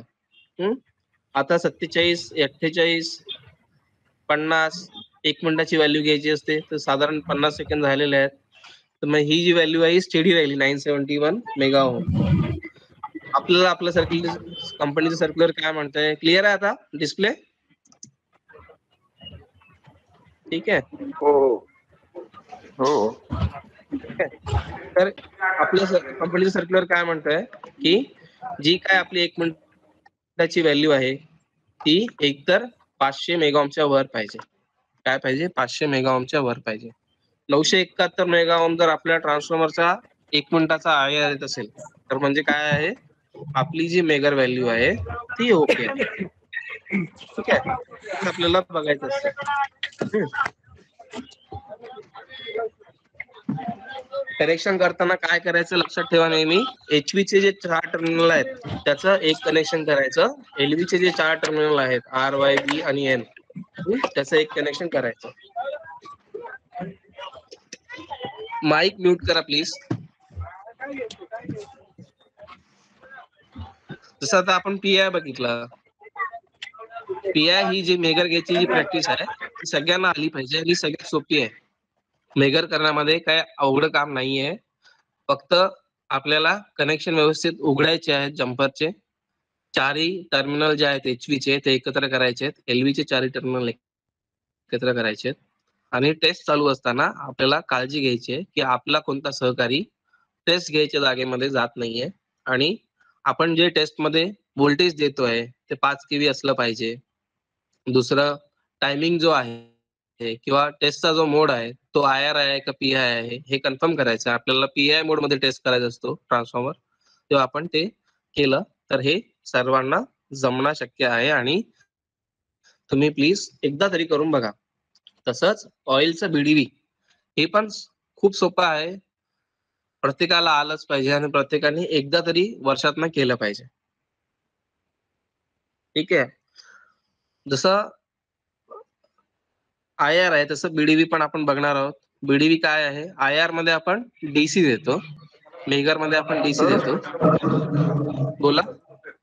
सर HV शॉर्ट करण्यापेक्षा आपलं तर स्टारच आहे ना सगळं. हो, स्टारच आहे. पण आपण काय करतो? हो ना. आपल्या किट मध्ये एकच चिमटा आहे ना. हो ना, तो पण एक आपण चिमटा आपण एक कुठल्या तरी एकच आपण तो चिमटा HV कुठल्या तरी HV एकाच यांना फेजला जरी लावतो. लावलं तरी आपण मेगर घेऊ शकतो ना. हो हो हो. जर तुम्ही हा मेगर न्यूट्रलला समजा लावला हा तर न्यूट्रल पॉइंट मध्ये स्टार आहे, मान्य आहे. पण हा. त्यावेळेस बॉडीला अर्थिंगच नाहीये तुमच्या कुठेच. बॉडी आता नाहीये आपला की नाही. ट्रान्सफॉर्मर आपण बॉडी अर्थ घेतो ना. न्यूट्रल पण आपण ओपन केलेली असते. हम्म. नाही, बरोबर. शक्यतो ठीक आहे. RYV सगळंच आपलं ओपन आहे. हा. ट्रान्सफॉर्मर ओपन कंडिशन मध्ये आहे. जर तुम्ही स्टार पॉइंटला जर दिला ना DC, तो हा. DC आर फेजच्या टर्मिनलला, शेवटच्या टर्मिनलला. आता बुशिंग कुठे, वाइंडिंग कुठे आहे? आर फेजची वाइंडिंग, आर फेजचा बुशिंग आणि न्यूट्रल याच्यामध्ये आहे. हा. न्यूट्रल म्हणजे काय आहे? हा. Star point. Star point. बरोबर. हा. आता तुम्ही स्टार पॉइंटला दिला म्हणजे कुठे दिला? न्यूट्रलला दिला DC. हो. पण हा आर फेजच्या टॉप पॉइंटला गेला की नाही तुम्ही कन्फर्म करू शकाल का टेस्ट चालू असताना? हा, नाही करू हा, तसं नाही म्हणणार. नाही करू शकत. म्हणून आपण काय करायचं की इक्वी पोटेन्शियल करण्यासाठी आपलं ते चारही कनेक्शन एकत्र शॉर्ट करावं लागतं. ठीक आहे. तुम्हाला नेहमी आहे ना असं केलेली व्हॅल्यू आणि डायरेक्ट न्यूट्रल देऊन मेगर घेतलेली व्हॅल्यू याच्यामध्ये नेहमी तुम्हाला फरक दिसेल. आणि जी ऍक्च्युअल प्रॅक्टिस आहे ती अशी आहे, तर अशीच करणं भाग्य आहे. अशीच करणं आपल्याला चांगली उपयोगाची आहे. बरं. ठीक आहे. तसंच ऑइलचं BDV आहे ना, हे सगळ्या आधी सर्व सबस्टेशन मध्ये आपल्याला BDV टेस्टर अवेलेबल होता. आता काही सबस्टेशन मध्ये आहे, काही सबस्टेशन मध्ये नाहीये. पण ज्या सबस्टेशन मध्ये आहे त्यांना BDV करणं काही अवघड नाहीये. सगळ्यात सोपी टेस्ट आहे. जसं मेगर मध्ये आपण DC देतो तसं आपण ऑइल मध्ये याच्यामध्ये AC देतो. AC कितीपर्यंत देतो आपण? 50 kV वर देतो. कसं देतो ते आपण बघूया आता. ही अशी किट आहे समजा. माझ्याकडे अशी किट आहे. त्या किट मध्ये एक पॉट दिसतोय. या पॉट मध्ये आपल्याला जे ऑइल टेस्ट करायचंय ते भरायचंय. जे ऑइल टेस्ट करायचंय ते या पॉट मध्ये मला भरायचंय.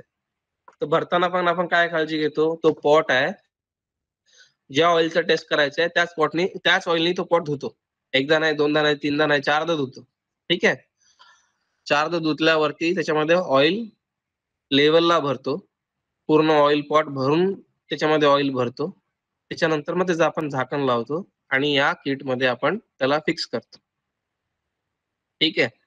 फिक्स केलं की झालं का? नाही. मग आपल्याला काय करायचंय? पुढची गोष्ट काय आहे? हे जे दोन इलेक्ट्रोड आहेत, 1 आणि 2, या दोघांमधला गॅप चेक करायचा असतो.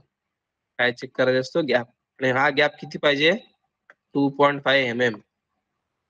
आणि हा गॅप कसा चेक करणार मग? त्या दोन टीप मधला गॅप चेक करण्यासाठी आपल्याला एक गेज दिलेली असते. आता रिकामा याच्यात ऑइल भरलं. आता त्या गॅप मध्ये आपल्याला अशा प्रकारची एक गेज असते. त्या गेज मधला फरक काय असतो? एक बाजू जी असते ही 2.5 mm ची असते आणि दुसरी बाजू 2.5 mm पेक्षा जास्त थिकनेसची असते. जी 2.5 mm ची गेज थिकनेस आहे ती बाजू त्या दोन इलेक्ट्रोड मधून गेला पाहिजे आणि जी जाड आहे ती त्याच्यातून नाही गेली पाहिजे. ठीक आहे. याला म्हणतात confirmation, gauge confirmation, gap confirmation. Gap confirmation केल्यावरती काय करणार आपण? किट मध्ये ऑइल मध्ये आपण हळूहळू व्होल्टेज वाढवायला सुरू करतो. किटचा व्होल्टेज पर्टिक्युलर लेवलला आल्यावरती आपल्याला काय भेटतं बघायला? की त्या दोन रॉड मध्ये, इलेक्ट्रोड मध्ये स्पार्क होतो आणि किट स्टॉप होते. कधी कधी आपल्याला बघायला मिळतं की 45 kV लाच किट स्टॉप झाली. आपल्याला तर किती पाहिजे बीडीबी 50 केव्ही. 45 ला स्टॉप झाली. त्याचा अर्थ 45 केव्ही आहे का? नाही. तर आपल्याला आपलं काय ऑपरेशन म्हणजे आपली जी प्रोसिजर ही अशी आहे की आपल्याला त्याच ऑइलचं म्हणजे आता एकदा 45 ला केव्हीला ट्रिप झाली ना, आपल्याला परत 5 मिनिटं थांबायचं आहे. ढवळताला तो ऑइल ढवळायचं आहे आणि परत 5 मिनिटांनी त्याच ऑइलचं त्याच किटनी टेस्ट करायचं आहे. असं किती वेळा करायचं आपल्याला? 5 वेळा 5-5 मिनिटाच्या अंतराने त्याचं रिडिंग घ्यायचं आणि जो एव्हरेज रिडिंग येणार त्या एव्हरेज रिडिंगला आपण त्या ऑइलचं व्हीडीबी म्हणतो. असंच कधी कधी तुम्हाला अनुभव पण होईल की पहिली व्हॅल्यू 45 केव्हीची येते पण दुसरी व्हॅल्यू 70-72 ची पण येते. तर 5 व्हॅल्यू आल्यावरती त्याचा एव्हरेज जेव्हा आपण घेऊ त्याला त्या ऑइलचा आपण बीडीबी म्हणतो. ठीक आहे. तर ऑइलचं फक्त बीडीबीच आपल्या कामाचं आहे का? नाही. तर ऑइलचं आपल्याला आणखीन परीक्षण करणं गरजेचं असतं. जसं ऑइलला बीडीबी आहे तसं ऑइलला रेजिस्टन्स पण आहे, तसंच ऑइलला टॅन डेल्टा पण आहे. हा तसंच ऑइलमध्ये ऍक्च्युअल जेव्हा आपण नवीन ऑइल घेतो त्या ऑइलमध्ये गॅसेस नसतात. म्हणजे आपल्या ट्रान्सफॉर्मर मध्येच ऑइल ओतल्यावरती काही फॉल्ट 3-4 फॉल्ट जेव्हा ट्रान्सफॉर्मरवरतून जातात तेव्हा आपल्याला त्याच्यामध्ये गॅसेस जमा झालेले दिसतात ऑइलमध्ये. तसंच ऑइल जेव्हा आपण विकत घेतो किंवा आपण जेव्हा ट्रान्सफॉर्मर कमिशन करतो तेव्हा त्याची ऍसिडिटी वगैरे सगळं नॉर्मल असतं. त्याच्यामध्ये वॉटर लेवल सुद्धा 7 ते 8 पीपीएम असतं. पण उन्हाळा पावसाळा जेव्हा जसे ट्रान्सफॉर्मर बघतो फॉल्ट बघत जातो त्याच्यात ह्या गोष्टी मागे पुढे होत असतात आणि या सर्व गोष्टी आपल्याला लिमिटमध्ये पाहिजे असतात. मग त्या लिमिटमध्ये आहेत की नाही हे चेक करण्यासाठी काय करतो आपण? ऑइलचं डीजीए हे करत असतो. ऑइलचं डीजीए करताना आपण आता हे किट आपल्याकडे अवेलेबल नाहीये तर मग आपण डीजीए काय करतो? बाहेर एजन्सीला देत असतो. ते एजन्सी आपल्याकडनं सॅम्पल घेतल्यावरती काय करते? रिपोर्ट देते. रिपोर्ट देताना कुठल्या ट्रान्सफॉर्मरमधून काढलाय, त्या ट्रान्सफॉर्मरचा सिरियल नंबर काय होता, या सगळ्या गोष्टी त्या रिपोर्ट वरती मेन्शन करते. परत जेव्हा ऑइल सॅम्पल काढलंय आणि ऑइल सॅम्पल टेस्ट केलं त्याचे कंडिशन पण आपल्याला लिहून देते. या सर्व गोष्टी ओके असतील कारण या सर्व गोष्टी आपण करताना जेव्हा सॅम्पल काढलेलं असतं आणि सॅम्पल तो घेत असतो तेव्हा आपण उपस्थित असतो. या सर्व गोष्टी जर मॅच होत असतील तर मग आपण खालचा टेस्ट रिपोर्ट बघतो. ठीक आहे. मग टेस्ट रिपोर्ट म्हणजे जसं मी म्हटलं तुम्हाला बघा इथे बीडीबी घेतलाय आहे एजन्सीने बीडीबी घेताना आपण काय घेतलंय? 6 सॅम्पल टेस्ट म्हणजे 6 वेळा टेस्ट केलाय तेच ऑइल. ठीक आहे. आणि एव्हरेज व्हॅल्यू 74 आली आहे. 50 केव्ही लिमिट आहे त्याच्यावर आहे म्हणजे ही व्हॅल्यू ओके आहे. काय म्हणते? रेजिस्टन्स ऑइलचा असलं पाहिजे किती? 3 गिगा ओहम. किती आलाय? 394 म्हणजे व्हॅल्यू ओके आहे. तसंच ऑइलचा टॅन डेल्टा हा किती असला पाहिजे? 0.2 जास्तीत जास्त. तर किती आला आहे? 0.0009 म्हणजे 3 शून्य जास्त आहे अजून. हा पण ओके आहे. तसंच वॉटर कंटेंट आपल्याला 220 ला 20 पीपीएम पर्यंत आहे तर 132 ला 30 पीपीएम पर्यंत आहे. इथे 220 चा सॅम्पल असल्यामुळे याच्यात 20 ची लिमिट आली. 8 आहे. ओके आहे. तसंच ऍसिडिटी जसं मी म्हटलं हे पण 0.15 पर्यंत अलाउड आहे. तर त्याच्यात 1 खालीच आहे. हे पण ओके आहे. मगाशी तुम्हाला म्हटलं होतं की आपण 95 डिग्रीलाच का ट्रान्सफॉर्मर ट्रिप करतो? तर ट्रान्सफॉर्मरची जे ऑइल आहे त्या ऑइलचा फ्लॅश पॉइंट हा 154 डिग्री आहे. ठीक आहे. तिथं आता ऑइल ओके आहे म्हणून जर आपला ट्रान्सफॉर्मर 95 डिग्री पर्यंत तापलेला आहे आणि त्या ट्रान्सफॉर्मरचं डीजीए किंवा त्या ट्रान्सफॉर्मरचं ऑइल सॅम्पल टेस्टिंग झालेलं नाहीये समजा तर आपण कन्फर्म करू शकू का की ते ऑइल त्या ऑइलचा फ्लॅश पॉइंट हा 100च्या वरच आहे अजून पण चालू नाही. यालाच काय म्हणतो आपण? सेफ्टी. तर सेफ्टी कन्सर्ननी आपण त्याला 95 डिग्रीला ट्रिपिंग दिलेली आहे. ठीक आहे. तसंच ट्रान्सफॉर्मर मध्ये जे वेळोवेळी फॉल्ट जे होतात त्या फॉल्टमुळे जे गॅसेस तयार होतात त्या गॅसेसचं पण अवलोकन किंवा टेस्ट हे केले जातं. त्याच्यामध्ये मेन गॅसेस काय आपण बघत असतो, hydrogen, carbon monoxide, methane, carbon dioxide, ethylene, ethane आणि ऍसिटिलीन. ठीक आहे. तर या गॅसेस जेव्हा आपण बघत असतो त्या गॅसेसचं पण इथे लिमिट दिलेलं आहे. या गॅसेसनी या लिमिट मध्येच ऑइल मध्ये दिसायला पाहिजे. तर त्यात तुम्हाला काय बघायला मिळतंय की काही गॅसेसचं प्रमाण हे 50-60 या प्रमाणात दिलंय, तर एका गॅसचं प्रमाण हे 1च ppm दिलंय. 1च ppm. ppm म्हणजे काय असतं, पार्ट पर मिलियन. 1च ppm दिलेलं आहे. त्या गॅसचं नाव काय आहे, ऍसिटिलीन. कोणती गॅस आहे ती, ऍसिटिलीन. ऍसिटिलीन जेव्हा कधी आपल्याला डीजीए मध्ये सापडते याचा अर्थ ट्रान्सफॉर्मर मध्ये आर्किंग टाईपचा फॉल्ट आहे, कुठेतरी लूज कनेक्शन आहे, इथे नेहमी आर्क तयार होत आहेत. आणि ऍसिटिलीन हा आहे फ्लेमेबल गॅस. काय आहे, फ्लेमेबल गॅस. तर जेव्हा कधी ऍसिटिलीनचं प्रमाण आपल्याला वाढताना दिसतं तेव्हा आपल्याला काय सांगितलं जातं, मुख्यत्वे एकतर ट्रान्सफॉर्मरचा जो डीजी आहे तो तुम्ही क्वार्टरली करा, किंवा जेव्हा त्याचं व्हॅल्यू अजून पण जास्त असते, प्रमाणाच्या वर असतं, तेव्हा आपल्याला मंथली करायला सांगतात. आणि जर आपल्याला असे 5-6 रिपोर्ट आले त्याच्यामध्ये ऍसिटिलीन वाढताना दिसतो तेव्हा आपण पहिल्यांदा फिल्ट्रेशन कडे वळतो, आणि फिल्ट्रेशन नंतर सुद्धा आपल्याला तोच ट्रेंड बघायला मिळाला तर आपण इंटरनल इन्स्पेक्शन कडे वळत असतो. ठीक आहे. ते हे जे इन्सुलेशनचं जे काय असेसमेंट आहे हे आपण बाहेर किती पण मेंटेनन्स केलं तरी आपल्याला हे दिसणार आहे का, नाही. तर ह्या गोष्टीचं असेसमेंट जर झालं तर आपण संभाव्य फिल्ट्रेशनमुळे जर ऑइल रिप्लेस झाल्यावरती जर इश्यू सॉल्व्ह झाला तर चांगली गोष्ट आहे.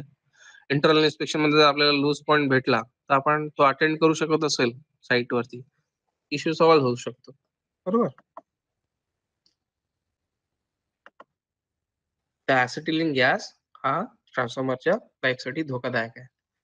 जसं बीडीव्ही ऑइलचं इन्सुलेशन आपण चेक केलं, IR मध्ये पेपर इन्सुलेशन चेक केलं, तसंच टॅन डेल्टा सुद्धा वाइंडिंगच्या पेपर इन्सुलेशन बद्दल आपल्याला सांगत असतो.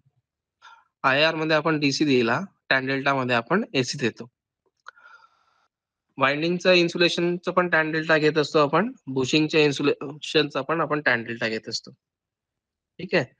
आणि हे बुशिंगचं घेताना युएसटी मोड मध्ये घेतो, पण वाइंडिंगचं घेताना आपण युएसटी, जीएसटीजी आणि जीएसटी मोड असे 3 मोड मध्ये घेतो.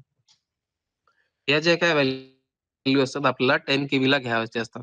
कधी घ्यायचे असतात, 10 kV ला. बुशिंगला सुद्धा आपण पूर्वी आपण फक्त युएसटी मोड मध्ये घ्यायचो, आता त्याला C1 म्हणतात. आता आपण C2 पण घेतोय. C2 घेताना आपण 500 वोल्टला घेतो. 500 वोल्टला आपण जीएसटी मोड मध्ये C2 घेत असतो. ठीक आहे. आपल्याला एक याच्यामध्ये लिमिट दिलेली आहे 0.7%. ही आपल्या टॅन डेल्टा व्हॅल्यूची लिमिट दिलेली आहे. ही लिमिट C1 साठी लागू आहे आणि वाइंडिंग टॅन डेल्टा साठी लागू आहे. C2 साठी आपल्याकडे आतापर्यंत किंवा आपल्या धोरणामध्ये C2 च्या लिमिट आलेलं नाहीये. ठीक आहे. टॅन डेल्टा सुद्धा आपल्याला वर्षातनं एकदा घ्यायचा असतो बुशिंगचा. वाइंडिंगचा टॅन डेल्टा आपल्याला बहुतेक 2 वर्षातनं एकदा घ्यायचा असतो. आणि टॅन डेल्टा घेताना हे वातावरण कोरडं असलं पाहिजे, पाऊस नसावा. ठीक आहे.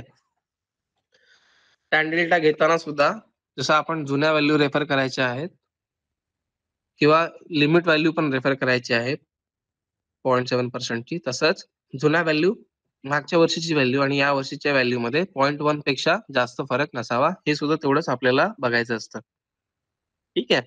सर्वसाधारण जसं आपण मेगरच्या किटचं कनेक्शन बघितलं किंवा एक अंदाजा घेतला, तसं मी तुम्हाला टॅन डेल्टा किटचा पण एक सर्वसाधारण अंदाज यावा असा प्रयत्न करतोय. आणि एक एअरटेलची किट आहे, त्या एअरटेलच्या किट बद्दल तुम्हाला त्याचं ऑपरेशन कसं असतं हे सांगायचा प्रयत्न करतोय. ठीक आहे. तर ही एअरटेलची जी किट आहे ही सिंगल एकाच पोर्शन मध्ये येते, त्याला वेगवेगळे असे पेटा लावावे लागत नाही.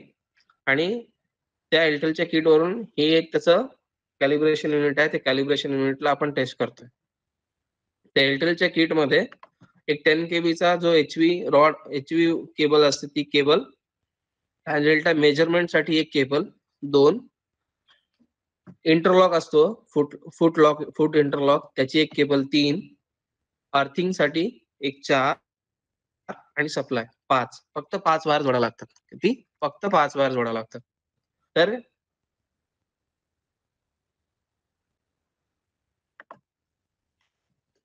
इथे तुम्हाला 4 वायर बघायला मिळतात. हा सप्लाय आहे किटचा. हा टॅन डेल्टा मेजरमेंट पॉइंट आहे. हा टॅन डेल्टा पॉइंटला लावलेला आहे. हा इंटरलॉक आहे. इथे त्याचा फूट इंटरलॉक आहे. या पॅडल वरती दाबावं लागतं. जसं टेलर मशीनला असतं की नाही खालती, तसं याला हा फूट लॉक आहे आणि हे अर्थिंग कनेक्शन आहे. आता 10 केवीचा इंजेक्शनचा जो पॉइंट आहे तो बाजूला आहे याला. तो पण दाखवतो मी.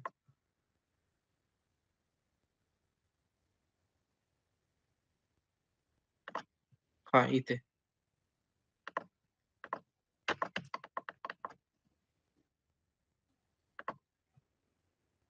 हे त्याच्या हाताखाली जे दिसतं तिथे केबल जोडलेली आहे. ही एचव्ही केबल जोडायचा पॉइंट आहे. एवढ्याच 5 वायराचे जोडावं लागतं. टेटेक्सची किट आहे त्याच्यामध्ये पण 5च वायर जोडावं लागतात. डोबेलच्या किटमध्ये पण तेवढ्याच वायर जोडावं लागतात. फक्त मेगाची डेल्टा 4000 आहे त्याच्यामध्ये 3 वायर जास्त जोडावं लागतात. कनेक्शन एकदा तुम्ही करून बघाल ते पण तुम्हाला नेहमीसाठी सोपंच जाणार आहे. कनेक्शन केल्यावरती प्रत्येक किटला, टॅन किटला त्याचं एक सॉफ्टवेअर असतं किंवा त्याचं एक ऑपरेशन करायची एक सिक्वेन्स असते. त्या सिक्वेन्स मध्ये जसं ते यूएसटी मोड सिलेक्ट करावा लागतो, कधी जीएसटी मोड सिलेक्ट करावा लागतो, कधी जीएसटी मोड सिलेक्ट करावं लागतं. तर त्यासाठी त्याची जी स्क्रीन आहे त्या स्क्रीनवरती तुम्हाला हे ऑप्शन बघायला मिळतात आणि ते जे ऑप्शन आहेत ते सिलेक्ट केल्यावरती आपल्याला जेव्हा कधी आता हा तो व्यक्ती इथे सिलेक्ट करतोय, इथे तिचे मोड आहेत हे ते सिलेक्ट करतोय. आता 1 नंबर सिलेक्ट केलेला आहे ते टॅन डेल्टासाठी आहे आणि त्याचा मोड सिलेक्ट करणार यूएसटी जीएसटी. हे सगळं झाल्यावरती नेहमी काय आहे, प्रत्येक किटला त्याची काही इंटरलॉक आहे. जसं मी मगाशी म्हटलं तसे या किटला पण त्याचे इंटरलॉक आहे. काय इंटरलॉक आहेत ते?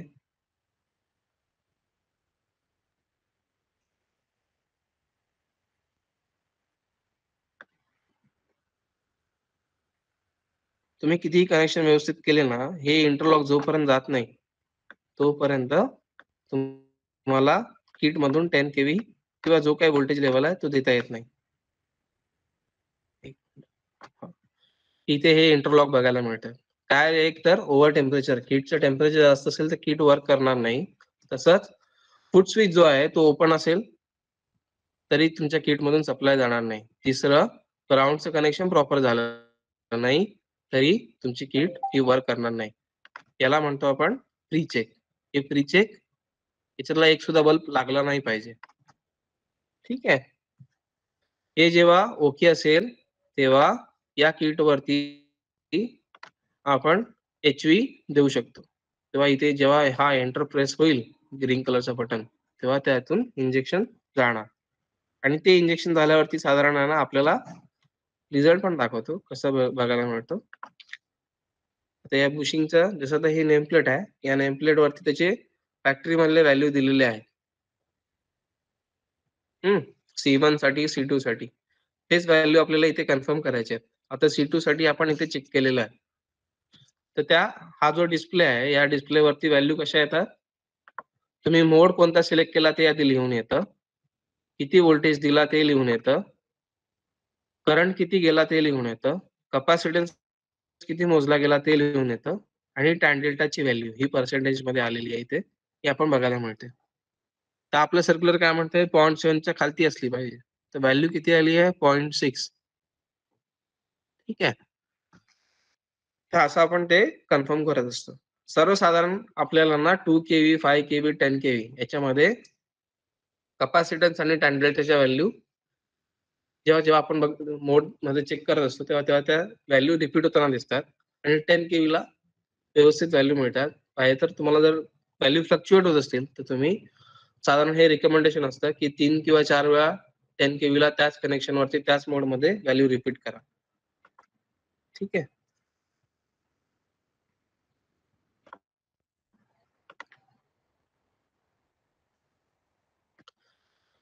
IR मध्ये आपण DC टेस्ट केली इन्सुलेशनची, BDV मध्ये ऑइलची AC टेस्ट केली, DGA मध्ये ऑइलचा गॅस कंटेंट बघितला, तसंच DGA मध्ये ऑइलचे पॅरामीटर चेक केले. तस मग टॅन डेल्टा मध्ये आपण वाइंडिंग आणि बुशिंग दोन्ही चेक केल्या. ठीक आहे. तरी पण आपल्याला आता आणखीन एक टेस्ट करणं गरजेचं असतं 5 वर्षातनं, ती असते SFRA. जसं माणसाचा ठसा म्हटलं जातं की तो चेंज होत नाही. साधारण 18 वर्ष 14 वर्षानंतर सर्वसाधारण तोच राहतो. तसंच SFRA जो आहे हा ट्रान्सफॉर्मर बनल्यापासून जोपर्यंत त्याच्यामध्ये मोठा फॉल्ट होत नाही किंवा त्याच्यामध्ये प्रॉब्लेम येत नाही, तोपर्यंत SFRA चा जो ग्राफ आहे तो तंतोतंत सेम येत राहतो. म्हणून त्याला काय म्हणतो आपण, ट्रान्सफॉर्मरची फिंगरप्रिंट टेस्ट म्हणतो. या टेस्टमध्ये आपण प्रत्येक फेज मधनं 20 हर्ट्ज ते 2 मेगाहर्ट्ज वरती सिग्नल पाठवत असतो आणि त्याचा ग्राफ रेकॉर्ड करत असतो. आणि हा जो रेकॉर्ड आहे मागच्या टेस्ट सोबत नेहमी मॅच व्हायला पाहिजे, किंवा ट्रान्सफॉर्मर जेव्हा तयार झालेला आहे ते आपण जेव्हा टेस्ट करतो कंपनीमध्ये त्या टेस्ट सोबत मॅच झालेला पाहिजे. ठीक आहे. तर कसा टेस्ट करतो आणि त्याच्यामध्ये काय येतं, जसं आता ही किट बघितली तशी ती किट पण बघू आपण. तर ही जी किट बघतोय आपण, ही आपण ओमिक्रॉन कंपनीची फ्रॅनो किट बघत आहे. ही किट तर एकदमच छोटी आहे, छोट्या ब्रीफकेसच्या साईजची आहे. कनेक्शन ही जास्त नाहीये.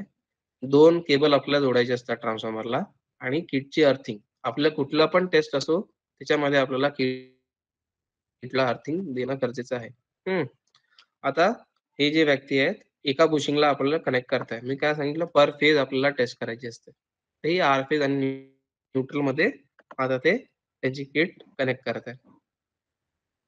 ठीक आहे. याच्यामध्ये आपला सिग्नल लो व्होल्टेज असल्यामुळे केबल व्यवस्थित राहिली पाहिजे याची काळजी म्हणून, आणि केबलमध्ये बाहेरनं जसे इंडक्शनचे सिग्नल असतात ते जाऊ नये म्हणून त्याला केबलला पण वरती शीत असते. ही सपोर्ट क्लॅम्प आहे. आता याच्यावरती केबल ठेवतील ते, आणि अर्थ पण केलेली आहे, शीत अर्थ केलेली आहे, म्हणजे दुसरे सिग्नल त्यात गेले नाही पाहिजे. या किटला लॅपटॉपची सहाय्याने वापरला गेलं जातं.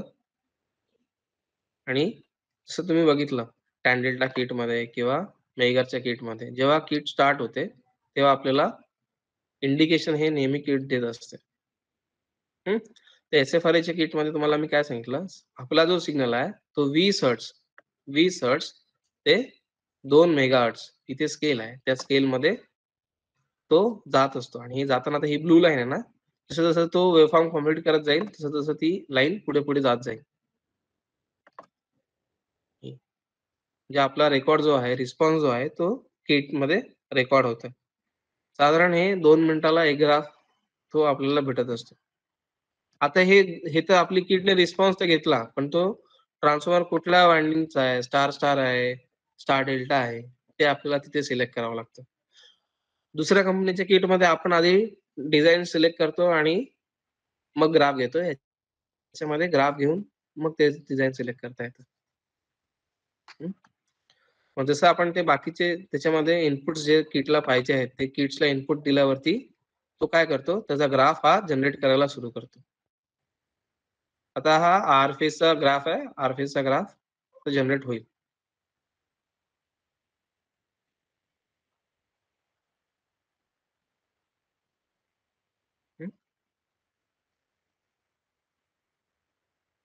हा आर फेजचा ग्राफ आला. ठीक आहे.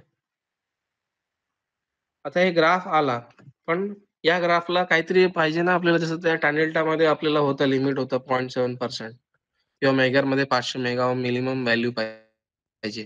तसं या ग्राफला काय करणार, तर या ग्राफला आपल्याला मॅन्युफॅक्चर जेव्हा ट्रान्सफर केला त्या ग्राफ सोबत कम्पेअर करायचं. मग तो ग्राफ आपण याच्यामध्ये घेणार किंवा या किटमध्ये मागची जी रिडिंग असणार त्या रिडिंग सोबत आपण घेतलं. आता हे 2 रिडिंग आले. आता या 2 रिडिंगचा आपण ग्राफ कम्पेअर करतोय.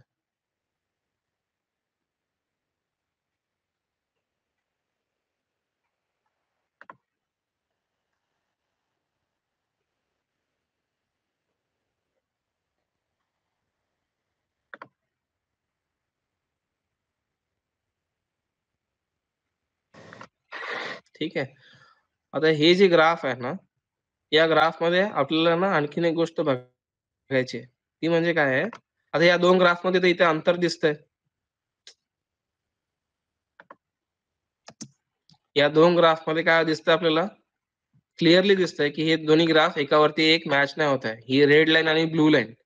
ही ब्लू लाईन आहे, हा आधीचा ग्राफ आहे. ही रेड लाईन आत्ता आपण रेकॉर्ड केलेली आहे. यामध्ये तर अंतर दिसतंय. ठीक आहे. आणि हे अंतर जे आहे हे 10 डीबी पेक्षा जास्त आहे. इथे खालती आहे ना एक स्केल आहे. ही स्केल ना मला आज दाखवतो.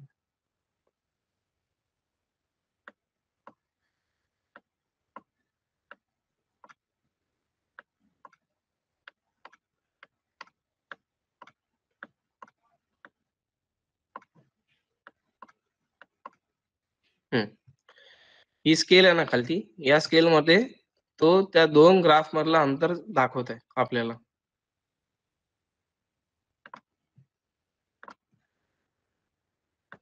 ठीक आहे.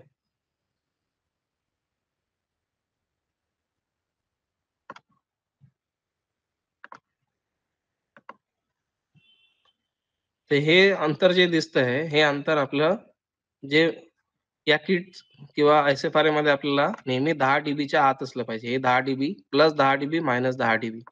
पण हे जे अंतर आहे, हे 10 डीबी पेक्षा जास्त गेलेलं आहे. हे इथे 15 डीबी गेलेलं आहे प्लसमध्ये आणि मायनसमध्ये पण 15 डीबी. तर 15 डीबीचं हे जे जेव्हा असं कधी आपल्याला डिस्टन्स किंवा डिफरन्स 2 ग्राफमध्ये बघायला मिळतो, तेव्हा आपल्या अनुभवानुसार हे नेहमी आपण आपल्याला आपलं फाइंडिंग असतं म्हणजे की ट्रान्सफॉर्मरमध्ये फॉल्ट आहे. नक्की फॉल्ट आहे. ठीक आहे. सर डीबी म्हणजे काय? आपला जो आवाज आहे ना आवाज, तो डीबी मध्ये मोजता येतो. डीबी मध्ये मोजतात. ठीक आहे. तर आपण जो हा तो लो सिग्नल पाठवतो ना, त्याचं जे आउटपुट जे आहे ना आपण ग्राफमध्ये ते डीबी मध्येच मोजतोय. म्हणजे आपण थोडक्यामध्ये आहे ना साउंडचा ग्राफ काढतोय किंवा सोनार ग्राफ आहे हा. एस-एफ-आर म्हणजे थोडक्यामध्ये सोनार ग्राफ आहे. ठीक आहे. आणि साउंड आपण डीबी मध्येच मोजतो म्हणून तो डीबी मध्येच प्लॉट होतो. डेसिबल, डीबी म्हणजे डेसिबल.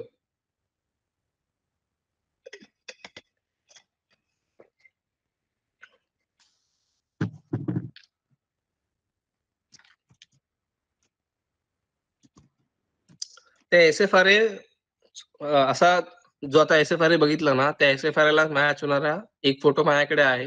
ट्रान्सफॉर्मर मध्ये फॉल्ट झालेला. तो मी दाखवतो तुम्हाला पुढे. दुसरा आहे ना ट्रान्सफॉर्मरची वाइंडिंग रेझिस्टन्स हा सुद्धा आपण टेस्ट करत असतो. ही टेस्ट आपण 4 वर्षातनं एकदा करतो किंवा आपल्या टॅप चेंजरचं जेव्हा कधी आपण मेंटेनन्स करत असतो ना, त्याच्यानंतर ही करतो.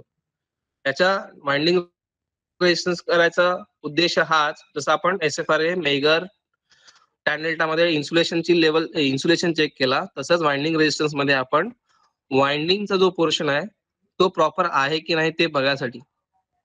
एकतर वाइंडिंगचं रेझिस्टन्स वाढलेलं नाही पाहिजे. वाइंडिंगचं रेझिस्टन्स कमी पण नाही झालेलं पाहिजे. वाइंडिंगचं रेझिस्टन्स जे सुरुवातीला होतं, तेच ते शेवटपर्यंत पाहिजे. जर वाइंडिंगचं रेझिस्टन्स कमी झालं, याचा अर्थ इंटर टर्न फॉल्ट झालेला आहे आणि वाइंडिंगचं रेझिस्टन्स वाढलाय, याचा अर्थ वाइंडिंग ओपन झाली. ठीक आहे. तर वाइंडिंग रेझिस्टन्सची व्हॅल्यू कमिशनिंग पासून ते ट्रान्सफॉर्मरची वाइंडिंग फेल होईपर्यंत सेम आला पाहिजे. या वाइंडिंग रेझिस्टन्स मध्ये सुद्धा आपण जो व्होल्टेज आणि करंट देतो हा डीसी आहे. ठीक आहे. पण वाइंडिंग रेझिस्टन्स घेताना ही थोडी कंबरसम किंवा जास्त वेळ घेणारी टेस्ट आहे. याच्यामध्ये आपल्याला एचव्ही साईडला टॅप चेंजर असल्यामुळे 17 व्हॅल्यू पर फेज मिळतात आणि एक व्हॅल्यू घ्यायला 1 मिनिट लागतो. म्हणजे आर फेजच्या 17 व्हॅल्यू 17 मिनिटं लावणार, वाय फेजची 17 व्हॅल्यू 17 मिनिटं लावणार, बी फेजची 17 व्हॅल्यू 17 मिनिटं लावणार. म्हणजे 1 तास आपल्याला एचव्ही साईडला जातो. कनेक्शन सगळ्यात सोपं आहे. आर फेजचं वाइंडिंग रेझिस्टन्स घ्यायचा असेल तर आर फेजच्या बुशिंगच्या वरच्या टॉप पॉइंटला जिथे जम्पर जोडतो तिथे एक कनेक्शन करायचं, एक चिमटा लावायचा आणि दुसरा चिमटा आपण न्यूट्रलला लावत असतो एचव्हीच्या. 17 व्हॅल्यू आपल्याला झाल्यावरती दुसऱ्या फेजला आपण जात असतो. तर 17 त्रिक 51 व्हॅल्यू एचव्हीच्या घेतो. एलव्हीच्या आपण RYBN, RN, YN, BN अशा 3 व्हॅल्यू 54 व्हॅल्यू आपल्याला बाइंडिंग रेजिस्टन्स मध्ये घ्यायचे असतात. सगळ्या व्हॅल्यू तंतोतंत मॅच व्हायला पाहिजे. ज्या कमिशनिंग मध्ये किंवा मॅन्युफॅक्चरिंग मध्ये ज्या व्हॅल्यू आलेल्या आहेत त्याच व्हॅल्यू इथे आलेल्या पाहिजे. या टेस्ट साठी फक्त पाऊस नसावा एवढीच आपली अपेक्षा असते. ठीक आहे. तर बाइंडिंग रेजिस्टन्स ही कंपल्सरी आहे, 4 वर्षातून एकदाच घ्यायची असते. फिल्ट्रेशन, ऑइल फिल्ट्रेशन नंतर सुद्धा आपण घेतोच, पण टॅप चेंजरचं मेंटेनन्स झाल्यावरती हे नक्की घ्यावं लागतं. तर आपण या 4 टेस्ट बघणार होतो. या 4 टेस्ट नंतर आहे ना थोडस मेंटेनन्स बद्दल काही काळजी तुम्ही घेतल्या पाहिजेत. पहिली म्हणजे जे मेंटेनन्स करणं गरजेचं आहे ते तुमचं त्या मेंटेनन्स शेड्यूल मध्ये किंवा त्या मेंटेनन्स ऍक्टिव्हिटी व्हायलाच पाहिजे, त्याच वर्षात व्हायला पाहिजे. आणि आपल्याला आता ऍक्टिव्हिटीज म्हणतो याचा अर्थ काय आहे, हे शब्द कधीपासून यायला लागले, जेव्हापासून आपल्याला वर्षातनं ट्रान्सफॉर्मरचे 2च आउटेज भेटायला लागले. त्यामध्ये पण आपण काय करतो, आपल्याला 2 आउटेज दिले असतील तर त्याच्यामध्ये पण एक नेहमी आपल्याला काय बघायला मिळतं, थर्मोग्राफी झाल्यावरती आपल्याला ते आउटेज घेणं बंधनकारक होऊन जातं, कारण त्याच्यामध्ये आपल्याला रेड हॉट आवाज येत नाही का सर? आवाज नाही येत आहे. आता येतोय?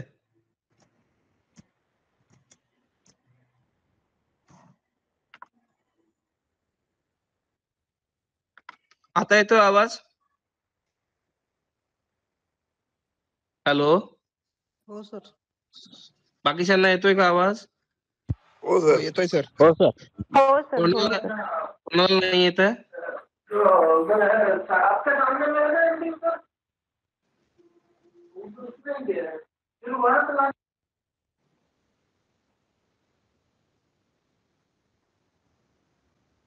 येतोय ना सगळ्यांना आवाज?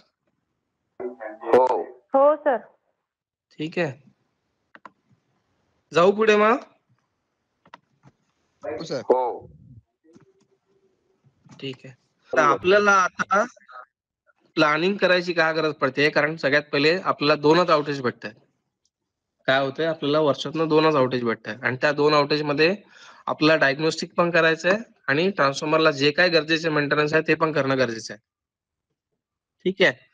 म्हणजे आपल्याला ऍक्टिव्हिटी त्या डेटच्या हिशोबाने करावं लागतं. परंतु काही जे टेस्ट असतात, जसे ते आपण ऑनलाईन टेस्ट करतो, थर्मोव्हिजन म्हणा, तर थर्मोव्हिजन मध्ये काय होतं की आपल्याला फॉल्ट सापडतो, रेड हॉट मिळतो कधी तर. मग रेड हॉट मिळाल्यावरती आपण थांबतो का? नाही. रेड हॉट जर आपल्याला आयडेंटिफाय झाला तर आपल्याला इमिडिएट आउटेज घेणं बंधनकारक होतं आणि आपला सगळा जो प्लान असतो तो फिसकटतो. आणि मग अशा वेळेस काय होतं की जो दुसरा डेट असते त्या डेट मध्ये आपल्याला सगळ्या ऍक्टिव्हिटी एकदाच करावं लागतं. ठीक आहे. म्हणून काही ज्या गोष्टी आहेत ज्या आपण क्वार्टरली चेक केल्या पाहिजेत. याचा पहिली गोष्ट आहे, थर्मोव्हिजन तर करायचीच आहे. थर्मोव्हिजन मध्ये रेड डॉट आयडेंटिफाय होणारच आहे. ठीक आहे. किंवा हॉटस्पॉट आयडेंटिफाय होणारच आहे. पण ते हॉटस्पॉट रेड डॉट मध्ये नाही गेले पाहिजेत. जेव्हा कधी तुम्ही मेंटेनन्स करणार, रेड डॉट घालवणार, तर ते रेड हॉट पुन्हा तिथे आलं नाही पाहिजे, ही आपल्याला काळजी करावी लागते. दुसरा काही ऍक्टिव्हिटी जसे सिलिका जेल रिफिलिंग आहे, ब्रीदरचं जे मेंटेनन्स आहे, हे आपण ट्रान्सफॉर्मर चालू मध्ये करू शकतो. किंवा कुलिंग फॅन रिप्लेसमेंट आहे. कुलिंग फॅन रिप्लेसमेंट साठी आपल्याला आउटेजची गरज नाहीये. तर अशा गोष्टी आपण हे नॉन आउटेज मध्येच केलं गेलं तर आपल्यासाठी खूप चांगलं आहे, की जेणेकरून आपण आउटेज मध्ये ज्या गोष्टी आउटेज मध्येच करणं भाग आहे त्या आपण करू शकतो. तसंच वॉटर जे कनेक्शन आहे, अर्थिंग जे कनेक्शन आहेत, जे आपण ट्रान्सफॉर्मर चालू मध्ये करू शकतो, ते आपण ट्रान्सफॉर्मर चालू मध्ये करून घेणं गरजेचं आहे. तसंच 6 महिन्यातनं आपल्याला काही गोष्टी चेक करणं गरजेचं आहे. जसं बकोल्स रिले व्यवस्थित ऑपरेट होतोय की नाही होत आहे.